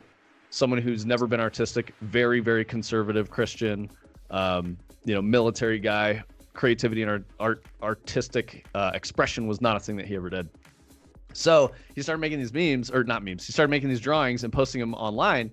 And it was I think he called it Jesus is with you. And he was trying to spread the good word of Jesus Christ, right? That was the whole thing. Oh no, it wasn't intentional. So no, not at all. And so he started getting all these people taking his art and making memes out of it. And he was appealing to the internet to stop, and he didn't understand. And he started getting phone calls from randoms because he didn't know how to not get doxxed and shit like that. So I had to have a long conversation with him and be like, "All right, Uncle Larry, so here's the situation. The internet is unstoppable. You're gonna have to just ride this out and it will disappear." And it did. Jesus is a jerk didn't last very long. But yeah, he created the whole unintentional meme for Jesus is a jerk. And the sad thing is he didn't like that because his whole message was Jesus is always with you. And he's like, Jesus will be there to lift you up. It's why are people calling Jesus a jerk? He's my savior. Don't call him a jerk. He's so great. And I'm like, oh, Uncle Larry, it's okay. I was like, these people don't know you. It's a big, big world. I don't often feel bad for very religious people, but I genuinely just want to give your uncle a hug because that, he was trying to do something nice and wholesome and spread his faith in an artistic way, in a new way for him, and that's so sweet. And everyone was just 2 girls 1 cup. Jesus is an asshole. Yeah, exactly. Oh, what's up, FICO? We're talking about memes and how my Uncle Larry was the unintentional progenitor of the Jesus is a jerk meme because they're all his pencil renderings of Jesus. And he has his own website. That's pretty cool. But yeah, he's a very sweet guy, very kind. I agree with you on religion. Religion's a tricky topic. I find that, so as we were talking about the existential talk earlier today, right? while I don't use faith to inure myself against the human condition, I find that it is a totally valid way to do that. So if you go, my purpose for existing and my mortality are irrelevant because my faith tells me that, you know, through diligent practice in accordance with the laws of my faith, I will go to heaven and all this other stuff and be with my Savior and my loved ones forever. It makes life a lot easier to live. If you go, there is no purpose, no one exists for any reason, you know, it's just, that's the way it is, like, fuck it, go watch TV, like, that can be a much harder path in some ways, right? Because you're attacking the or I guess just like fully embracing your mortality and your finite existence on its face. So I think both are valid. You could be an unhinged atheist and like subsist on stimulants and, you know, fucking depressants and weird cycles of drug use and all that, and maybe find escapes in other things, like going to the gym or like building businesses, shit like that, you know, furthering the baseline of existence for humankind. Very good stuff. You could do all those things. You know, you could also just be like, I'm a humble, you know, 7-Eleven clerk and I go to my church and I contribute to my community. All valid. I think it's totally valid. Just doing a mic test here. Okay, cool. All right, so I'm just kind of like filling time here while Tony's getting ready, but he's going to show some shit. Okay. Yeah, I don't really know exactly what order I'm going to go through in this, but I've been working on the coin pusher. We showed it very briefly last week, but it hadn't really changed since the times before that we had showed it. But I have built a whole server with a bot on the back end. One of the real basic things that can do now is the link tree command. I just ran it in chat. If you guys ever need our social media links or one of us need to share them, we have the ability to do that real quick. There's also a bang Discord command as well. If anybody needs the invite link to the Discord, that's real easy to get. Bang is exclamation point for those of you who are not in the know. Yes.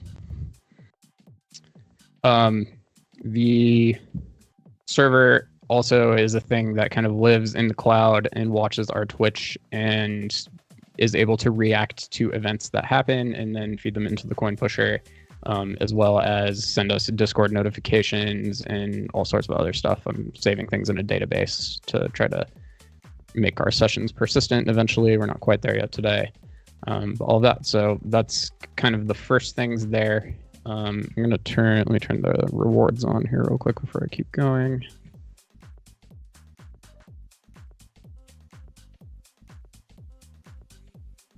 Okay, so the coin rewards are on. There are a few new abilities and things that are connected to subs and bits. Not 100% fleshed out the way that we've envisioned them yet, but they do kind of work. Let's see. But yeah, so first things first, here's the level now, kind of compared to last time. Does look the same, but maybe a little different, and there's some new stuff.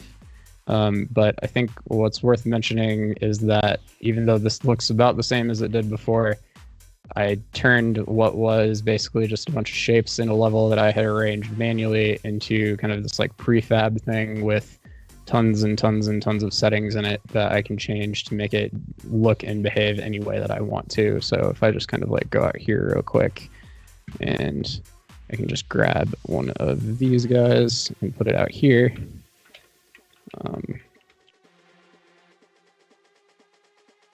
Just get to it. You can see it a little better, but yeah, so then I can start going in here. I can make it really long if I wanted to. I can make it super wide. For the most part, stuff should kind of behave the way that it's supposed to. This looks weird right now because I need to adjust the feed width at the top, which is right here. So if I do like this, let it eat, brother. There now. That's cool, dude. That should be about right. But yeah, so everything has parameters. I can adjust everything from the, you know, sizes of the wedges here and the ramps back here have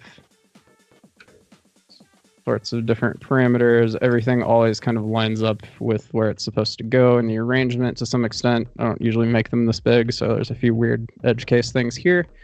But yeah, so that all looks pretty good. Go back into the space here. I don't want to hit play just quite yet, but yeah, so I can just drop this in. I can adjust all of the values about it. Everything should always kind of line up the way that it's supposed to. It also includes things like these screen items on the back, the decals on the sides, and spawners. I can adjust the density of the Plinko board in the back here.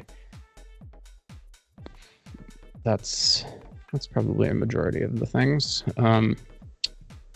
Yeah, so I'm gonna go ahead and hit play now. This is going to look pretty normal. It's going through the kind of hydration steps that it has gone through before, where we fill up about 800 coins to start, and then while it's in refill mode, it will feed any that it drops back up into the top to make sure that it kind of keeps the amount that it was supposed to. And so now that we're not in refill, anything that falls off gets counted towards the coins collected. Nice. I just dropped 250 you see, we coins. also have... Sorry, what I was just that? dropped 250 coins. Nice. Awesome. Well, and one way that, I could probably learn that too is I can go like this. And now I have logs from the bot down here that I can pop open, and I can see that you dropped 250 coins. Sick. That's cool. It also has like a connection status for the server. This is supposed to light up when we're live on Twitch. I didn't get that totally finished up yet, but this is kind of a work in progress.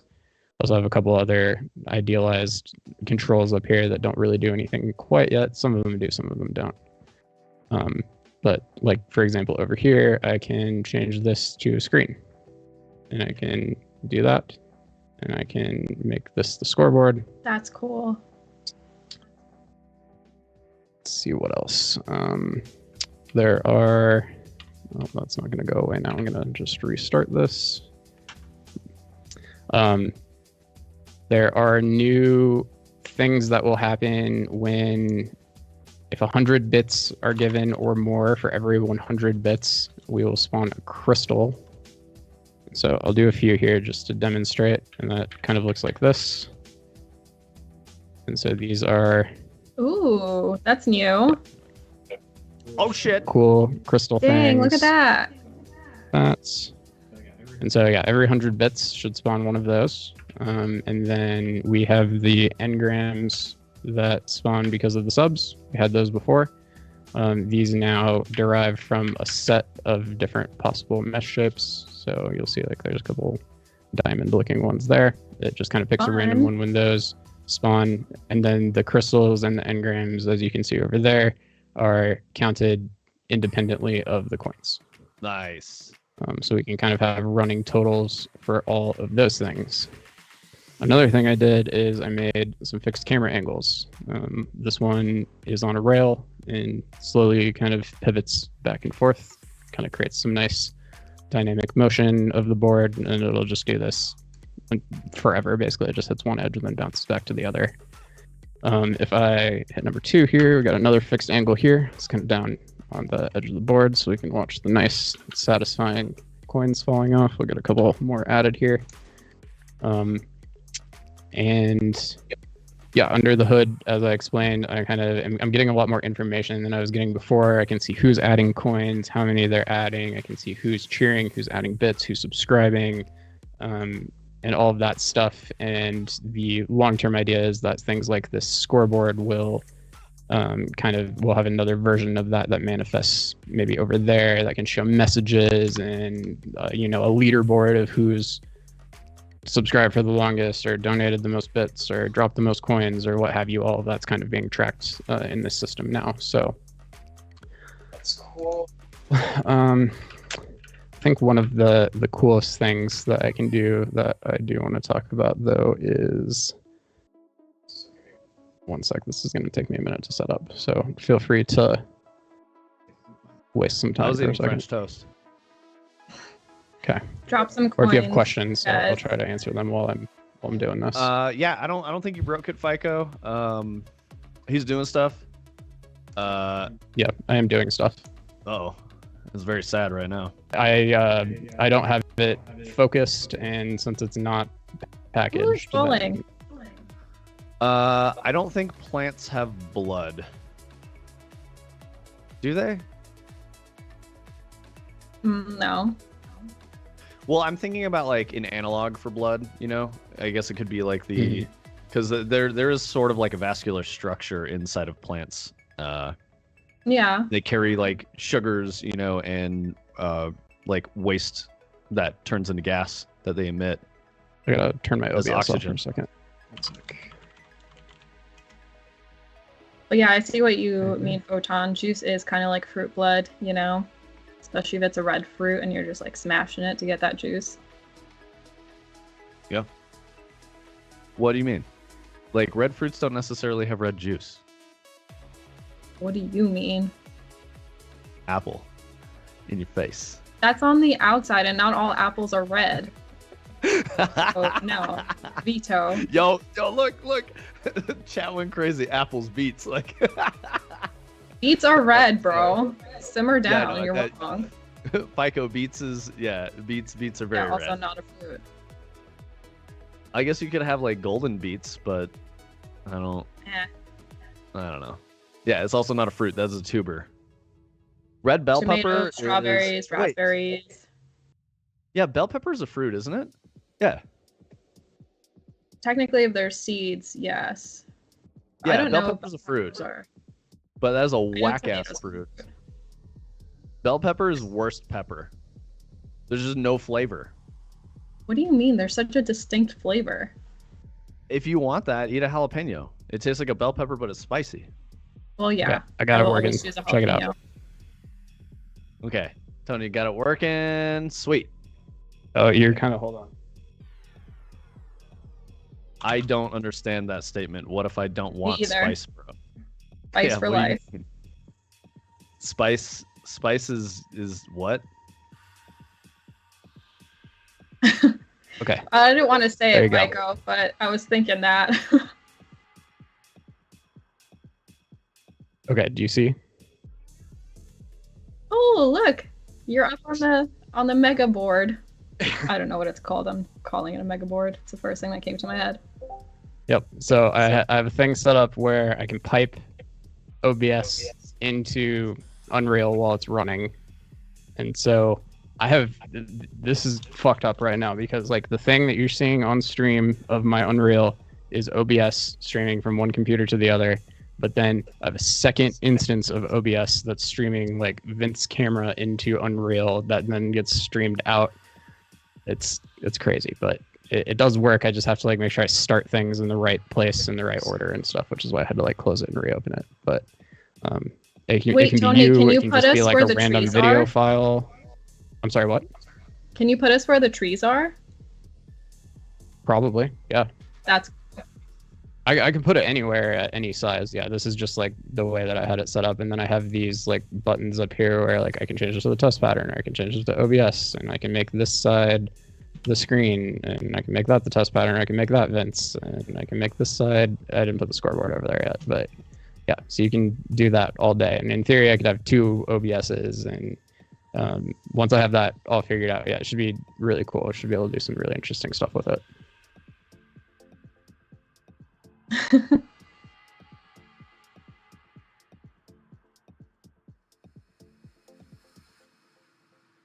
Yep. Is FICO talking about bell peppers again?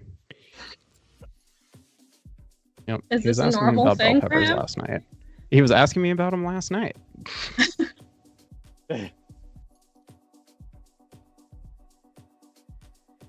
I think that was exactly my response too. I was like, I don't understand the Dude. question. one time I was on a Zoom call with my team and it was around lunchtime. Oh, it's because I And hit your camera. This guy was eating a bell pepper like an apple, just like biting into it, just like that. And I was like, what are you doing? Why? Psychotic. Of all the behavior. ways to eat that.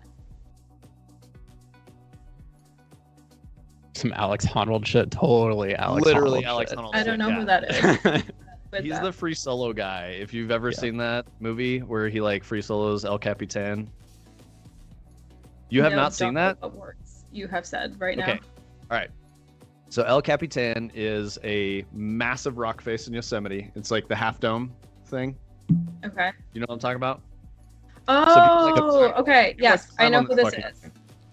Okay. Yeah, so this guy climbed that shit with no ropes. It took him like 6.5 hours, 7 hours, something like that. And he climbed it with no ropes. If he fell, dead. And he just did that. He's a psychopath. I feel like that's some wampus behavior. Some wampus behavior. I really hope he doesn't free solo. Wampus, if you're still around, please don't free solo. I will slap you. Please don't. I was saying, I was talking about bell peppers, and I was saying Sparkle came through. What did I say to her? I said, I said, hey, babe, look, I'm on the Jumbotron. And then we were talking about bell peppers. I think they're whack, and there's no flavor to them. Shuda just sent me a DM in Discord of a gif of some guy eating a bell pepper like an apple. That's amazing. Thank you. Okay, I'm gonna try to cheer and see if this works.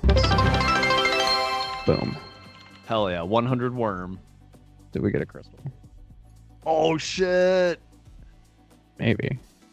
Ooh. I don't actually know. That's pretty. Where'd it go? It's up top on the top right. Is that not it? Yeah, but it's supposed to drop on the board, right? Yeah, I think it might be one of these. I might just do another one just to be safe. But there you go. Me? I'm just a worm. Figo, were you saying I need a capture card because it got choppy? And if so, that's just because when I'm in engine and it's unfocused, it gets mad. Because your everything is I mean, that's fair for sure. I don't think a capture card is going to improve that, though. It's just a different input method. Yeah, no, we have a very convoluted setup, but that's on purpose. We're not. What I really need is like an NDI receiver that's like $5,000, and then I need an NDI transmitter in Vince's house, and then everything would be great because I would just have a bunch of like discrete tunnels of each signal coming through, and I wouldn't have to use Skype or anything like that. So maybe someday. Yep. Beg Theo to use. What's ****? Yeah, what are you doing over here? Are you talking about T3 Theo? I got feelings about that guy. I don't know why it's redacted. Are you typing bad words into chat? Oh, yeah, you can't. Oh, it's because he's not a mod. Just send it to me on Discord real quick. I'll check it out. Yeah, you can't post links. Ping.dgg. And the reason for no links is because they're usually bad, really bad. Especially as we get bigger, we'll have people post links and they'll be like malware links and shit and fuck with people in chat. So it's best to just never allow links. So we won't. You can post links in Discord. However, if you're posting malicious links in Discord, you will be banned. Please don't fucking do that. We don't think that's funny. I fucking dare you. I will ban you so hard. Don't post that shit in our Discord. So this thing FICO's talking about definitely looks like a great solution. It does cost money, but it definitely would do what we're trying to do. So that's cool. I hadn't actually seen that one before, so thank you for sharing that. I guess apparently it's what like Linus Tech Tips uses for the LAN show and stuff. FICO, you can ask Tony about that, but Tony wrote his own bot. Looking at Twitch. So let me see. We've got our own bot. What? He was wondering if we wanted to use Tiberius. His bot. I don't know enough about like modding Discord to know if we need something like that. To be honest, I've never done this, so if you know better than we do, I'm sure that we wouldn't mind the advice. Christina is definitely kind of leading the charge on the social media stuff, but yeah, totally. And to be fair, FICO knows how Discord works probably better than most people. So he like has written his own commercial bots that people have used and stuff. So. All right, come talk to us. Yeah, I feel like. I've never done this. Yeah, I feel like y'all should just chat about Discord bots and whatnot, and you guys can figure that out. So I don't even know. But I know Tony's. I mean, I could go on like a little rant here about how fucked up Twitch's developer ecosystem is too. Like it's so it's bad. just, yeah, I mean, there's no documentation. Like last night, I have ways that I can mock like a subscription firing and bits cheering and like all of these things, but obviously it's really hard to test those things because they cost money and and so I get it all set up, the mocks work, and then I just want to be really sure. So I subscribed to our channel on my wife's account last night to try it out, and of course none of it works, and I can't figure it out, so I had to rewrite a bunch of shit to get it working. And in theory, we saw the cheer works, sub should work if we got one. Hint hint, somebody give us a sub. And please sub. Yeah, long term the idea is that when you sub, this shit's gonna go crazy. And I was working on rave mode up here where the lights turn off, and one of our projects we've been working on for a long time is like lasers and kind of like production setup inside of Unreal. So I was trying to tie all of that in and utilize it. So hopefully long term when we get a sub, it's gonna go crazy for a second and then go back to normal or something. But is that what the rave button does? It doesn't do anything right now. It might turn the lights off if I click it, and then I can't turn them back on. So that's all that's gonna happen right now. But yeah. Oh shit! Yo, thank you, bro. Thanks. The fucking community MVP. Well, the lights went out every single time. Yeah, let's see if it actually comes through or not. I don't think it's going to. Oh hey, Sally man, ooh, thanks for coming through, bro. Don't mean to call you out. Didn't know you was lurking, but I'm glad you got the gift sub. Absolutely. Really good to see you in chat, homie. I hope you're doing really well. I know that you've had some tough times lately. But yeah, I really hope you're doing well. Very happy to see your name in chat. Oh, what's up, Hot Chocolate? Bobs? Tony, that's Fabian. Sorry to first name you, but... Oh, what's up? Yo. What's up, bud? Long time no talk. Thanks for coming through, dude. I saw your follow come through. I don't know you, but hey, it's great to meet you. Thank you for following us. I really appreciate that you are willing to, come around here and listen to me just talk some nonsense. I understand listening to the other people because they say intelligent things, but I just say bullshit all the time.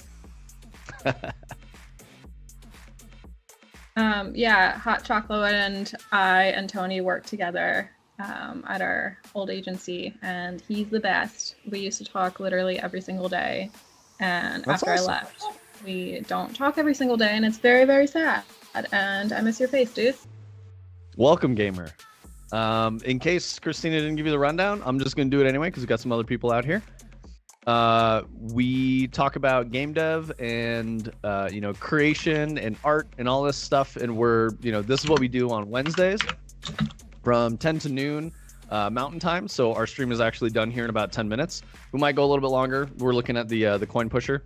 So what we have here that we're showing on screen, Tony has built a stream integrated arcade machine, and it reacts to things that you guys do in chat. So if you sub, if you use your channel points to drop coins, which I will do right now. Also, Tony, you're tabbed out, so the coin pusher is very. To it. Oh, yeah. I'm gonna restart it, but I'll put your coins back in. There Okay, you go. cool. Yeah, I'll wait until it's restarted, and then I'll throw my coins up in. Yeah, you can do it. They'll go into the queue like they're supposed cool. to. So. All right, yep. sweet. Yeah, let's get it. You know what? I'm just gonna do it on main, and we'll just drop some coins because we have infinite channel points. True. We'll do 250. Oh, and since we got a sub, I'm definitely just gonna get 2 engrams in there. So yeah, the coins dropping here are happening because of channel points and spending them. We think that's pretty neat, and it is a novel integration. We can build all kinds of stuff like this. This is the type of thing that we're really passionate about. We also do, we're making video games. We're making everything in Unreal 5. We have a pretty unique stream setup. We're all in different parts of the country, not physically located near each other. All of our stream information is happening over the internet. We're sending data to each other. All kinds of it's a pretty wild setup, and it's all integrated with this coin pusher. So yeah. Our stream on Wednesdays is definitely about technical help too. If you guys are building something in Unreal and you have questions and if we're doing something that you're like, oh, how did you guys do that? Like, feel free to ask. Please ask. That's the whole point of this stream. This is an open door, a direct line to the development team here at Fractal Grove. That's our entire goal, is to just make sure that we have a direct line to our audience. It's a little bit risky. It can be, a little tricky when you're making video games to connect directly with the audience, but we believe in that, and we're standing by that and saying at least every Wednesday and every Thursday. Thursday we stream us playing video games. We'll play video games with you guys.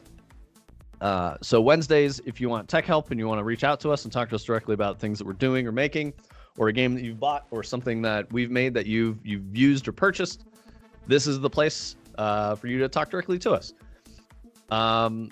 Let's see. We've got a community Discord, which you should also join. Anyone new here? Maybe Hot Chocolate. Thanks in the chat. And we also have a ton of socials, all kinds of other stuff to follow us on. If you catch us, if you go through that, you can check out our longer form videos. You can get shorts. We've got all kinds of social content. So we simultaneously stream. I just realized I didn't even check YouTube chat. If anyone's over on YouTube and you have been trying to chat with us for a while, I apologize. Nobody there. Yeah, nobody ever chats on YouTube. I think I've seen one person chat on YouTube in the 2 months that we've been doing this, 2.5 months, something like that. So YouTube's sad because I would love to integrate all of this stuff into YouTube. And before we started doing this, I was way big YouTube stan and kind of had feelings about Twitch that weren't very positive. And they've really turned around just because YouTube as a platform doesn't offer almost any of this stuff. There's like one paid event type thing that you can hook into, and that's it. So yeah, we really want to integrate all of these things because we think it's really cool. And it's not necessarily about like, I'm trying to think of how to phrase this. We're not going like, hey, we're trying to be streamers. We're not. We are doing a very finite show Wednesdays and Thursdays every week. The reason we do that is because we want to have the direct connection. I've always had a very strong belief that that's one of the things that harms game developers, is not having a direct connection to the audience. I definitely understand why it's risky. Gamers can be pretty crazy and, dox people and like swat them and all kinds of things like that. We want to avoid that, obviously. So right now we're being trusting. We're trying to build a community that polices in a way where we're not going to get messed with. You guys aren't going to get messed with. It's all about positivity and support. So we're going to lead with some trust and curiosity, and we hope that you guys, follow suit and we get some really awesome people. I mean, so far everyone has been really, really cool. Everyone's been really friendly, really kind. The support has been very overwhelming. You guys are really awesome. Even some of the other content creators who've come through, Boom came through in the last, couple weeks. Really awesome to meet that person. Boom's a really cool streamer. They're a VTuber as well. They make stuff in Unreal. It's somewhat unhinged and very meme loaded, but it's good stuff. It's fun. Went and hung out with Boom this weekend in their chat and watched what they were working on. It was pretty cool. Yeah, that's what we're trying to do. We're building this community of creatives, and we make our own products. And oh, hey, nice. There we go. We got a shout out for Boom. Go check out Boom's channel. Boom shouted us out the other day, so I'm returning the favor. Yeah, and it's honestly like that's the point. The whole stream is to support the community. It's not for us to while any subs we get, very valuable. Any donations we get, super awesome. You guys are directly contributing to the business. All that money goes straight back into the business. But that's not the point of the stream. The point of the stream is to just have this open channel to you guys so that we can stay connected. So yeah, we just want to be friends with you, basically. Exactly. We just want to be friends and hang out and do cool stuff and have you watch all the cool stuff that we're doing, and hopefully really like the games that we're developing. And I say we because I am the one developing all of these games with my very long list of skill sets. One day we'll get you into Engine, Christina, and we'll have you start making some stuff. It'll be really cool. But yeah, do you want to tell everyone what we're streaming tomorrow during gaming Twitch stream time? What are we streaming tomorrow during gaming stream time, Christina? It's finally happening. I will be gaming tomorrow on tomorrow's Let's go! I kind of don't want to announce it because I feel like Portal 2, apparently. Very cool. All right. Yeah. So Tony and I, we're trying to teach Christina FPS. I mean, Christina's played FPS, but we think that Portal is going to be a really good entry point. And so we're going to have to be like, okay, hands off. We're just watching Christina, and we're trying to like coach Christina. Yep. So we're gonna do some sort of stipulation of like we can help her, but we can only answer yes and no questions or something like that, so that it's not, just us giving her all of the puzzle answers. So also the rules. Yeah, Artificial Sky. We tried really hard to think of one, and I want to say Photon was actually the one who suggested Portal, and we were like, oh yeah, that's a great idea. So we were like really kind of leaning more towards like traditional shooting guns at enemies type things, and I think Portal's actually going to be better to like get the like WASD and mouse skills kind of up to par before we move on to like we've talked about doing Titanfall 2 or Apex or something like that next. So ooh, I should put my Titanfall collector's edition on this. I just realized I could put there's like a statue I should put over here. I have a bunch of collector's editions. You should just put your like cool as fuck shelf in your background. I can't though, because then it's like not visible. You gotta like turn your desk 90 degrees, but yeah. We're doing this. Don't judge my dirty desk next to me, chat. But I have this. That's the thing Tony was talking about. That's a really cool It's like a Nintendo display shelf from a game store from the 90s that has like an old school fluorescent tube light in it and like hums when you turn it on and shit. It's so cool. Yeah, let me plug it in real quick so you can see it, chat. I need a cool back. It's like probably the thing Vince has that I'm the most jealous of because it's just like unobtainable. Literally unobtainable. It was from CompUSA. They were throwing it out, and I knew some people who worked there when I was a teenager, and they're like, "Hey, here, let me make you bigger." Hold on. I was like, "Yes," and so I had to disassemble it at the CompUSA. There you go. I had to disassemble it, and I've rebuilt it, and it's very precarious. It's sitting against the wall because there's no back on it, but I really don't like the backing piece. It's a big, like, rough piece of metal.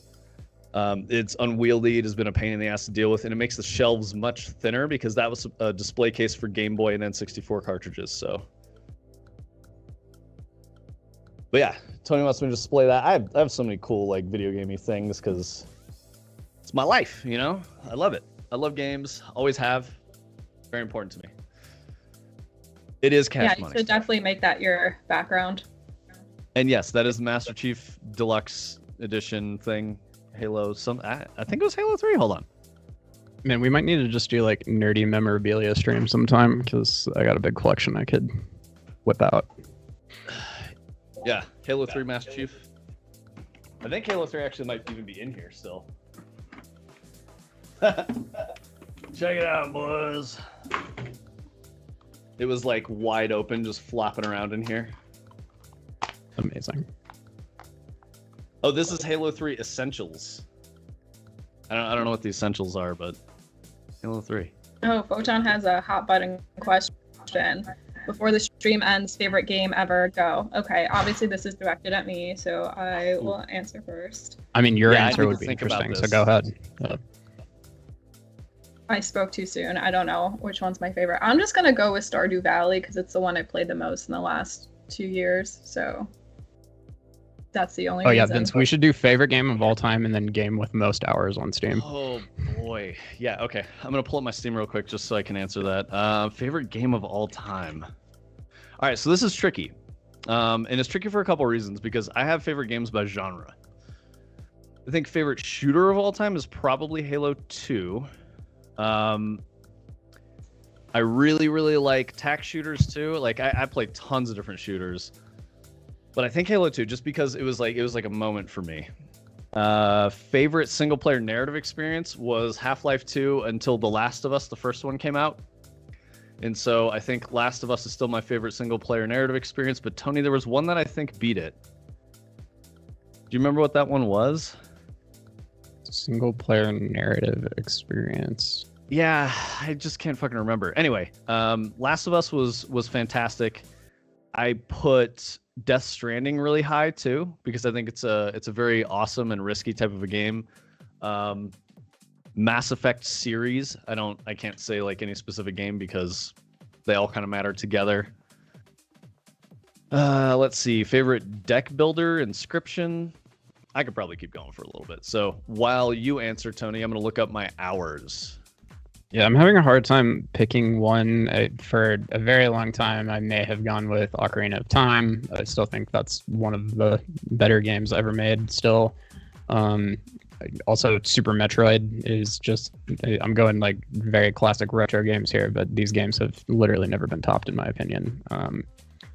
More modern games though, like if I'm looking at my Steam library, the game that I've probably played the most, the game that I played the most on my Steam library is Warframe. I probably would not put that in my top 10 favorite games of all time, despite it being the game I've played the most in here.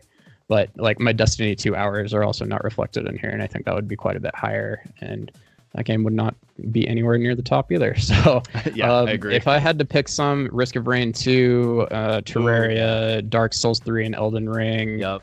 The Division 1, didn't really like the second one very much. Factorio, Returnal has... It's like probably the most modern game that is very close to the top. Like I played that game 100%. I cannot get enough of that game. If it had a little bit more depth to the systems and RPG mechanics, it'd probably be the perfect game. But it's a little too arcadey. Okay, I'll throw this out there. Games that I got like perfect achievements on, there's not very many. I play a ton of games to like 60, 70, 80% achievements and just don't finish the most hardcore ones. Usually. There's a couple exceptions. Ninja Gaiden and I think Armored Core 4 were two of the games that I got like full achievements on. Which I played Ninja Gaiden the other night for the first time in a very long time after we were talking about it, and that game is it was ahead of its time.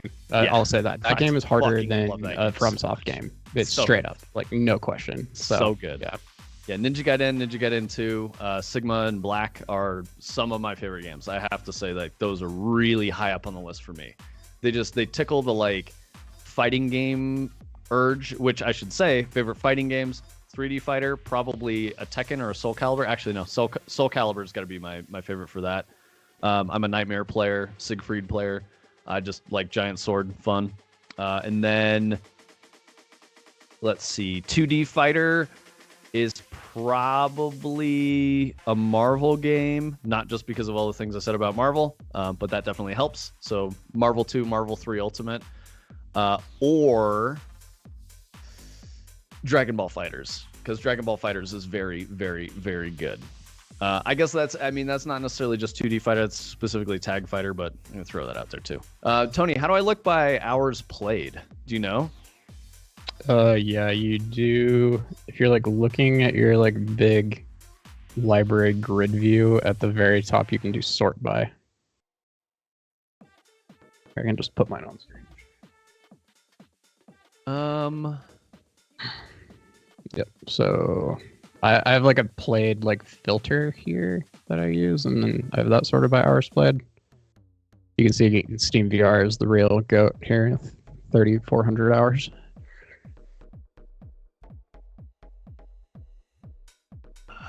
I don't know why mine doesn't allow sorting. I think I have like half an hour played on my Steam in total.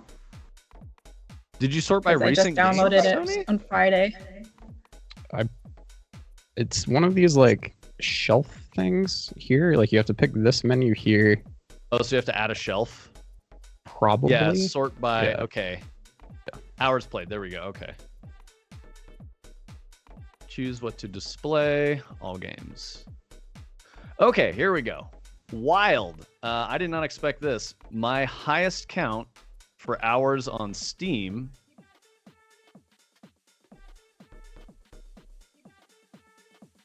All right, so here we go. All games by hours played is actually Civ 6 at 692 hours. Then Slay the Spire at 604. Terraria, 455. Total War Warhammer 2, 429. Risk of Rain 2, 402 hours. Elden Ring, 357. Darkest Dungeon, 334. Let's see. XCOM 2 at 265 hours. Guess what's next, Tony? A game that you bought me. Vampire Survivors. Vampire Survivors, 179 hours. Fuck yeah. Best 99-cent purchase of all time. Literally. The best, cheapest game I've ever gotten. I have 90 hours on it too. That game is incredible. It's the best like Survivors type game. Very good. that has ever been made. Yeah. Very good. So yeah, I can keep going for a little bit, but I've got like Monster Hunter in there, Griftlands. There's a lot of deck builders. I just like how all your top games, aside from Elden Ring and Risk of Rain 2, are like turn-based, sit in front of the TV and take your time, leave it up for 700 hours, no problem type games. Yeah. And I absolutely do that. So like that's not an accurate representation of like played hours, if that makes sense. Those games I leave up. So like I'm definitely like watching TV, it's on my laptop. You know, Civ 6 has been running for like 3 days straight, that kind of a thing. So how many hours do you have in Divinity 2? Fucking good, dude. RPGs, Divinity is actually right after Griftlands. Divinity 2 at 164 hours.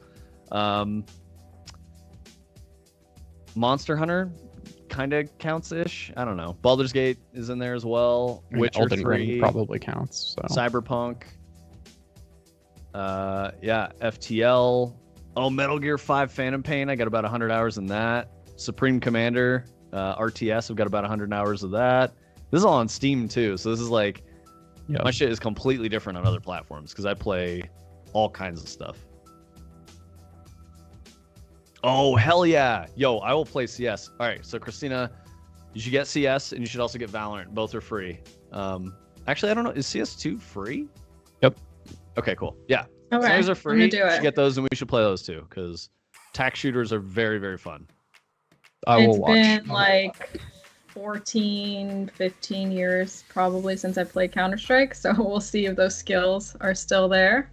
Don't even worry about it. I think the most important thing is you just need to make sure that your mic is usable, and you have to shit talk everyone and be really toxic, and that's probably the best way to play. Oh yeah, I got that. I'm not nice when I play games with friends. Photon knows this. Anytime we've ever played like Mario Party together, or even like a board game, I turn into a beastly version of myself. I talk a lot of shit, and it's so much fun. Yeah, just don't get banned. Don't use any crazy words, and you'll be all right. No gamer words. Yeah, you can. I think you can call people. You might be okay calling someone dog shit.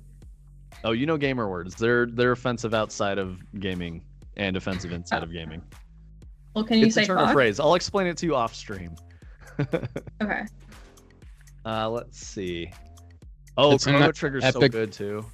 It's in the Epic Games launcher, FICO. I can't remember exactly how to get to it, but I'm not a monster, Photon. That's so mean. She is a monster. Well, can I say someone has a skill issue? Or will I get banned? Oh no, you can do that for sure. All right, tell me offline what I can say. If you're just straight up being toxic, so if you're being toxic and it's borderline toxicity behavior, they will warn you first, at least in Valorant. Okay. There you go. There you go, FICO, right here. You just right click on it in your library. Oh, Epic Game Store stuff? Yeah, can I look at like Xbox? Gamer tag achievement score. If I spelled any of that right, that would probably make more sense. Anyway, I have a shitload of Xbox achievements. Oh, I played a ton of Gran Turismo 7 as well. Really, really like that. That's great. Oh, racing games. Yeah, Bloodborne isn't represented in mine. That would definitely be like probably top 5. Bloodborne, fantastic. But yeah, I think Gran Turismo is the best racing game that exists right now, for a lot of reasons. But that one's really good. If you like, it's because you haven't played Assetto Corsa in VR yet. Yeah, I also don't have a sim rig, so I think comparing the two of those with a sim rig would be really, really cool. I'm trying to think of what else. Cyberpunk is super cool. Really like Cyberpunk. The whole XCOM series, really awesome. A lot of fun. And yeah, to Photon's point, all my like top games played are hard games. I don't play easy games very much. When I play an easy game or like something I would think of as like a casual game, for me, that is going to be like a strategy turn-based slower thing that I can just kind of like fuck around in. I usually play those on pretty low difficulty. I'm more of like a gamer jock, so I'll play like action and shooter games, and you know, reaction time and all that stuff is more where I'll put in a lot of time. Let's see. Oh yeah, I was playing a lot of Magic the Gathering too. I was playing MTG Arena. That was pretty fun. Played Mono Red Aggro briefly because that's free. But I played Mono Red Aggro ranked in one season and went from unranked to platinum. So that was not hard at all. That was fun. Metal Gear Rising Revengeance, fantastic game. Put that one up there really high. Let's see. What's higher, Death Stranding or Metal Gear 5? Which one do I like more, personally? Mm-hmm. It's really hard. Because I think they're very different. I agree. Oh, what's up, Anime? Hey, bud. Yeah, I don't know, dude. Like, okay, Metal Gear Rising 5... Or not Rising. Metal Gear 5, Phantom Pain. That was my first, like, Metal Gear game. I played Revengeance first. Okay, I know that's really weird. It's definitely weird. But yeah, because most people are like, oh, dude, you didn't play Metal Gear, like Metal Gear 2 on PlayStation 1? No, I didn't. I was never really into those games. I didn't like the stealth genre. I didn't get it. I was more into action games. In my, elder years as a gamer, as I branched out a little bit more, I wanted to play some newer stuff. And when MGS5 came out, I got really into it, and it finally all clicked, and I was like, this game is fucking amazing. I love this game. Doom 2016, also phenomenal. Forgot about that. 100%. Doom 2016 is brilliant. Oh, that's what I should say. The first shooter that I ever played was Wolfenstein 3D, and then after that, I got Doom, and I've been building computers since I was very, very young. So I was able to get that and play that, and that was my first shooter. I did some very rudimentary modding. Star Wars Dark Forces. Dark Forces? Star Wars Dark Forces was the first one. And I didn't know about PC gaming or any of that, and I think my dad was under the impression that you needed a joystick, like a flight stick type thing, to play video games, because that's how you played Pong on Atari or some shit. So I remember got a PC game and got a joystick with a trigger and buttons on it, and I would play FPSs with only a joystick, no keyboard or mouse. That is wild. Somehow. I don't even really know how I did it anymore. And it wasn't very fun. And then I remember coming back to it years later after I kind of understood better and being oh, okay, this is how this is supposed to work. Okay. Favorite Metroidvania? They did remake Dark Forces recently. I know yours is probably Super Metroid, Tony, or Metroid 2, maybe. No. I think mine is either Hollow Knight or Ori, honestly. I really Hollow Knight love that shit. is better than Ori, and I think Hollow Knight is potentially better than Super Metroid by just a smidge. So fucking good. But Super Metroid is fucking power armor, arm cannons. Oh yeah, no. Fuck yeah. And Hollow Knight is about little weird bugs and swords. So Super Metroid wins out for me. So I have a kind of a mixed feeling about Hades. Objectively, very high quality game. The roguelite formula, when it's random chance, it's hard for me when I don't see a path about how to. So Colonel Bros, you use your channel points, click on them. They're under chat, and then if you have enough, one of the options there is coins. So if you have 120 channel points, you can do drop 10 coins. If you have 480, you can drop 50. So it's just one of the options in there. Yeah, I mean, okay, so, roguelike and it's... Metroidvanias are kind of going that way anyway. Dead Cells was a super popular one for a long time. I thought Dead Cells was okay. I didn't stick to it as well, and I felt the same way about Hades. I also played Bastion before I played Hades. They're the same game. Hades is just Greek myth, coat of paint, right? Hades is totally fine. It's a great game.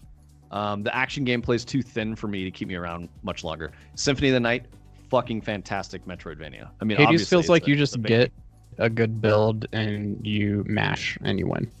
Yeah, exactly. That was my experience with the game. Is I just had to do it enough times to get a good build that I could just mash through the end. And I would imagine there probably is a higher skill level to it, possibly. But I did feel like I could do it and I understood it. And I just agree with you. It's just not that deep or satisfying at the end of the day. Mm-hmm. Yeah, and Symphony of the Night is the boomer's choice. Yo, dude, that is you're attacking us right now. Young anime figurines out here throwing shade. Simmer down, child. Yeah, I have to say I really, really like Castlevania games, but I haven't played one in a very, very long time. So I can kind of agree. I should try Portrait of Ruin. I don't know. I do not know. The problem with a lot of the Castlevania games for me post Super Nintendo is that they were Game Boy games. They never made like TV console Castlevania game. I don't know if they have sense. Like there might be a Switch one now potentially, but I don't know. Yeah. Oh, Mega Man. Love Mega Man titles, and I'm talking classic and X. I like both very, very much.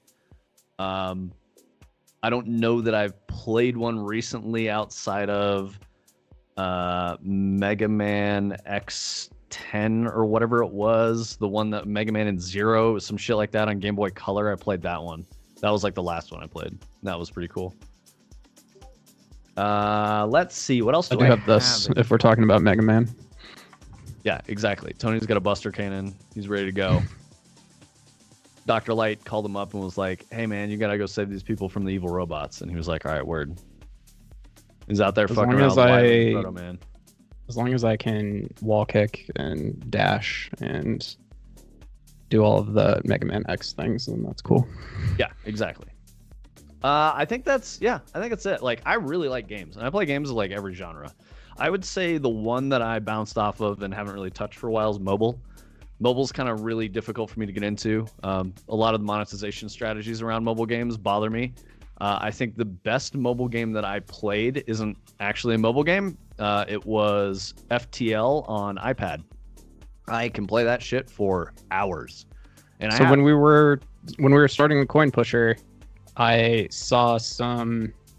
It's not even when we were starting the Coin Pusher, but I've been looking to mobile games for a while for the types of ideas that we've been looking for interactive stream type things, as well as for like maybe some lower effort VR titles that we could kind of dip our feet into the water with. And so I was trying to be better about like going on Twitter on my phone. So I deleted Twitter off my phone, and I for a while wanted to try to find something else to like do on my phone when I would go on my phone for distraction. And so I downloaded a bunch of like popular games to kind of try them out. And Vince and I talked about it. Like, it was a bleak time for me because it was just like they're so toxic and terrible. And you know, everybody knows how they're designed with just like ads and microtransactions and, you know, premium models that need subscriptions and all of that stuff. And just, you almost cannot find a game that is not just riddled with that to the point that you don't even want to play it. And I almost don't understand the incentive for somebody to develop a game that is that toxic to the point that like, I can't believe almost anybody would want to play it if there is an alternative available. And so like, I was trying really hard to just find like some interesting games with some good concepts, and I found a few, but for the most part, like is one of the better ones I found was just Vampire Survivors on a touchscreen. And, you know, a lot of the other ones are just kind of like idle game type things and stuff like that. So it's just, it's unfortunate because it feels like, they always say it's the biggest market. It's way bigger than consoles and computers and all of that combined. Every single person has a phone, and it's just crazy that they've never been able to figure out how to make it work. Well, a big part of that though, Tony, is like when that statement is made, it includes completely different continents. That mobile market that people are chasing is yeah, I am still on the wall.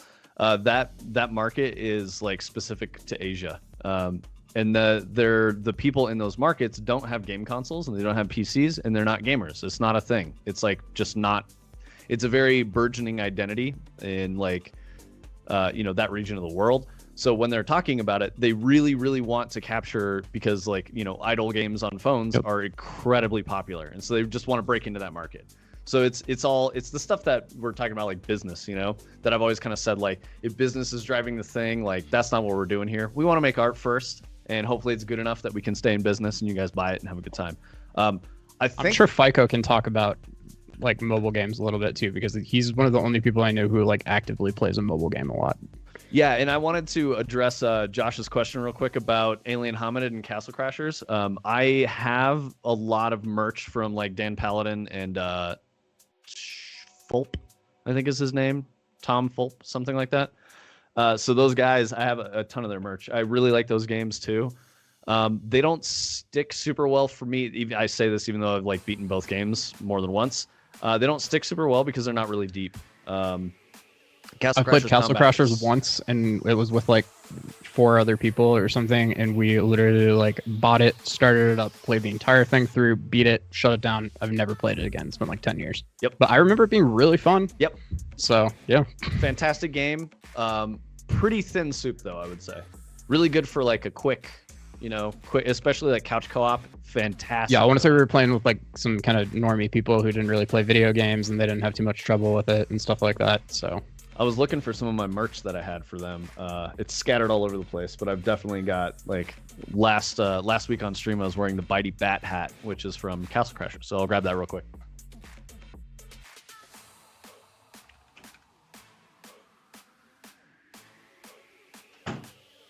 Micah, what's that mobile game that you're always playing called with the eggs? You said it was like Egg Inc. or something like that? Oh, I think you're right. Yep. Oh. There it is. He's obsessed there with it Egg is. Inc. But yeah, this is how much I like Castle Crashers, Josh.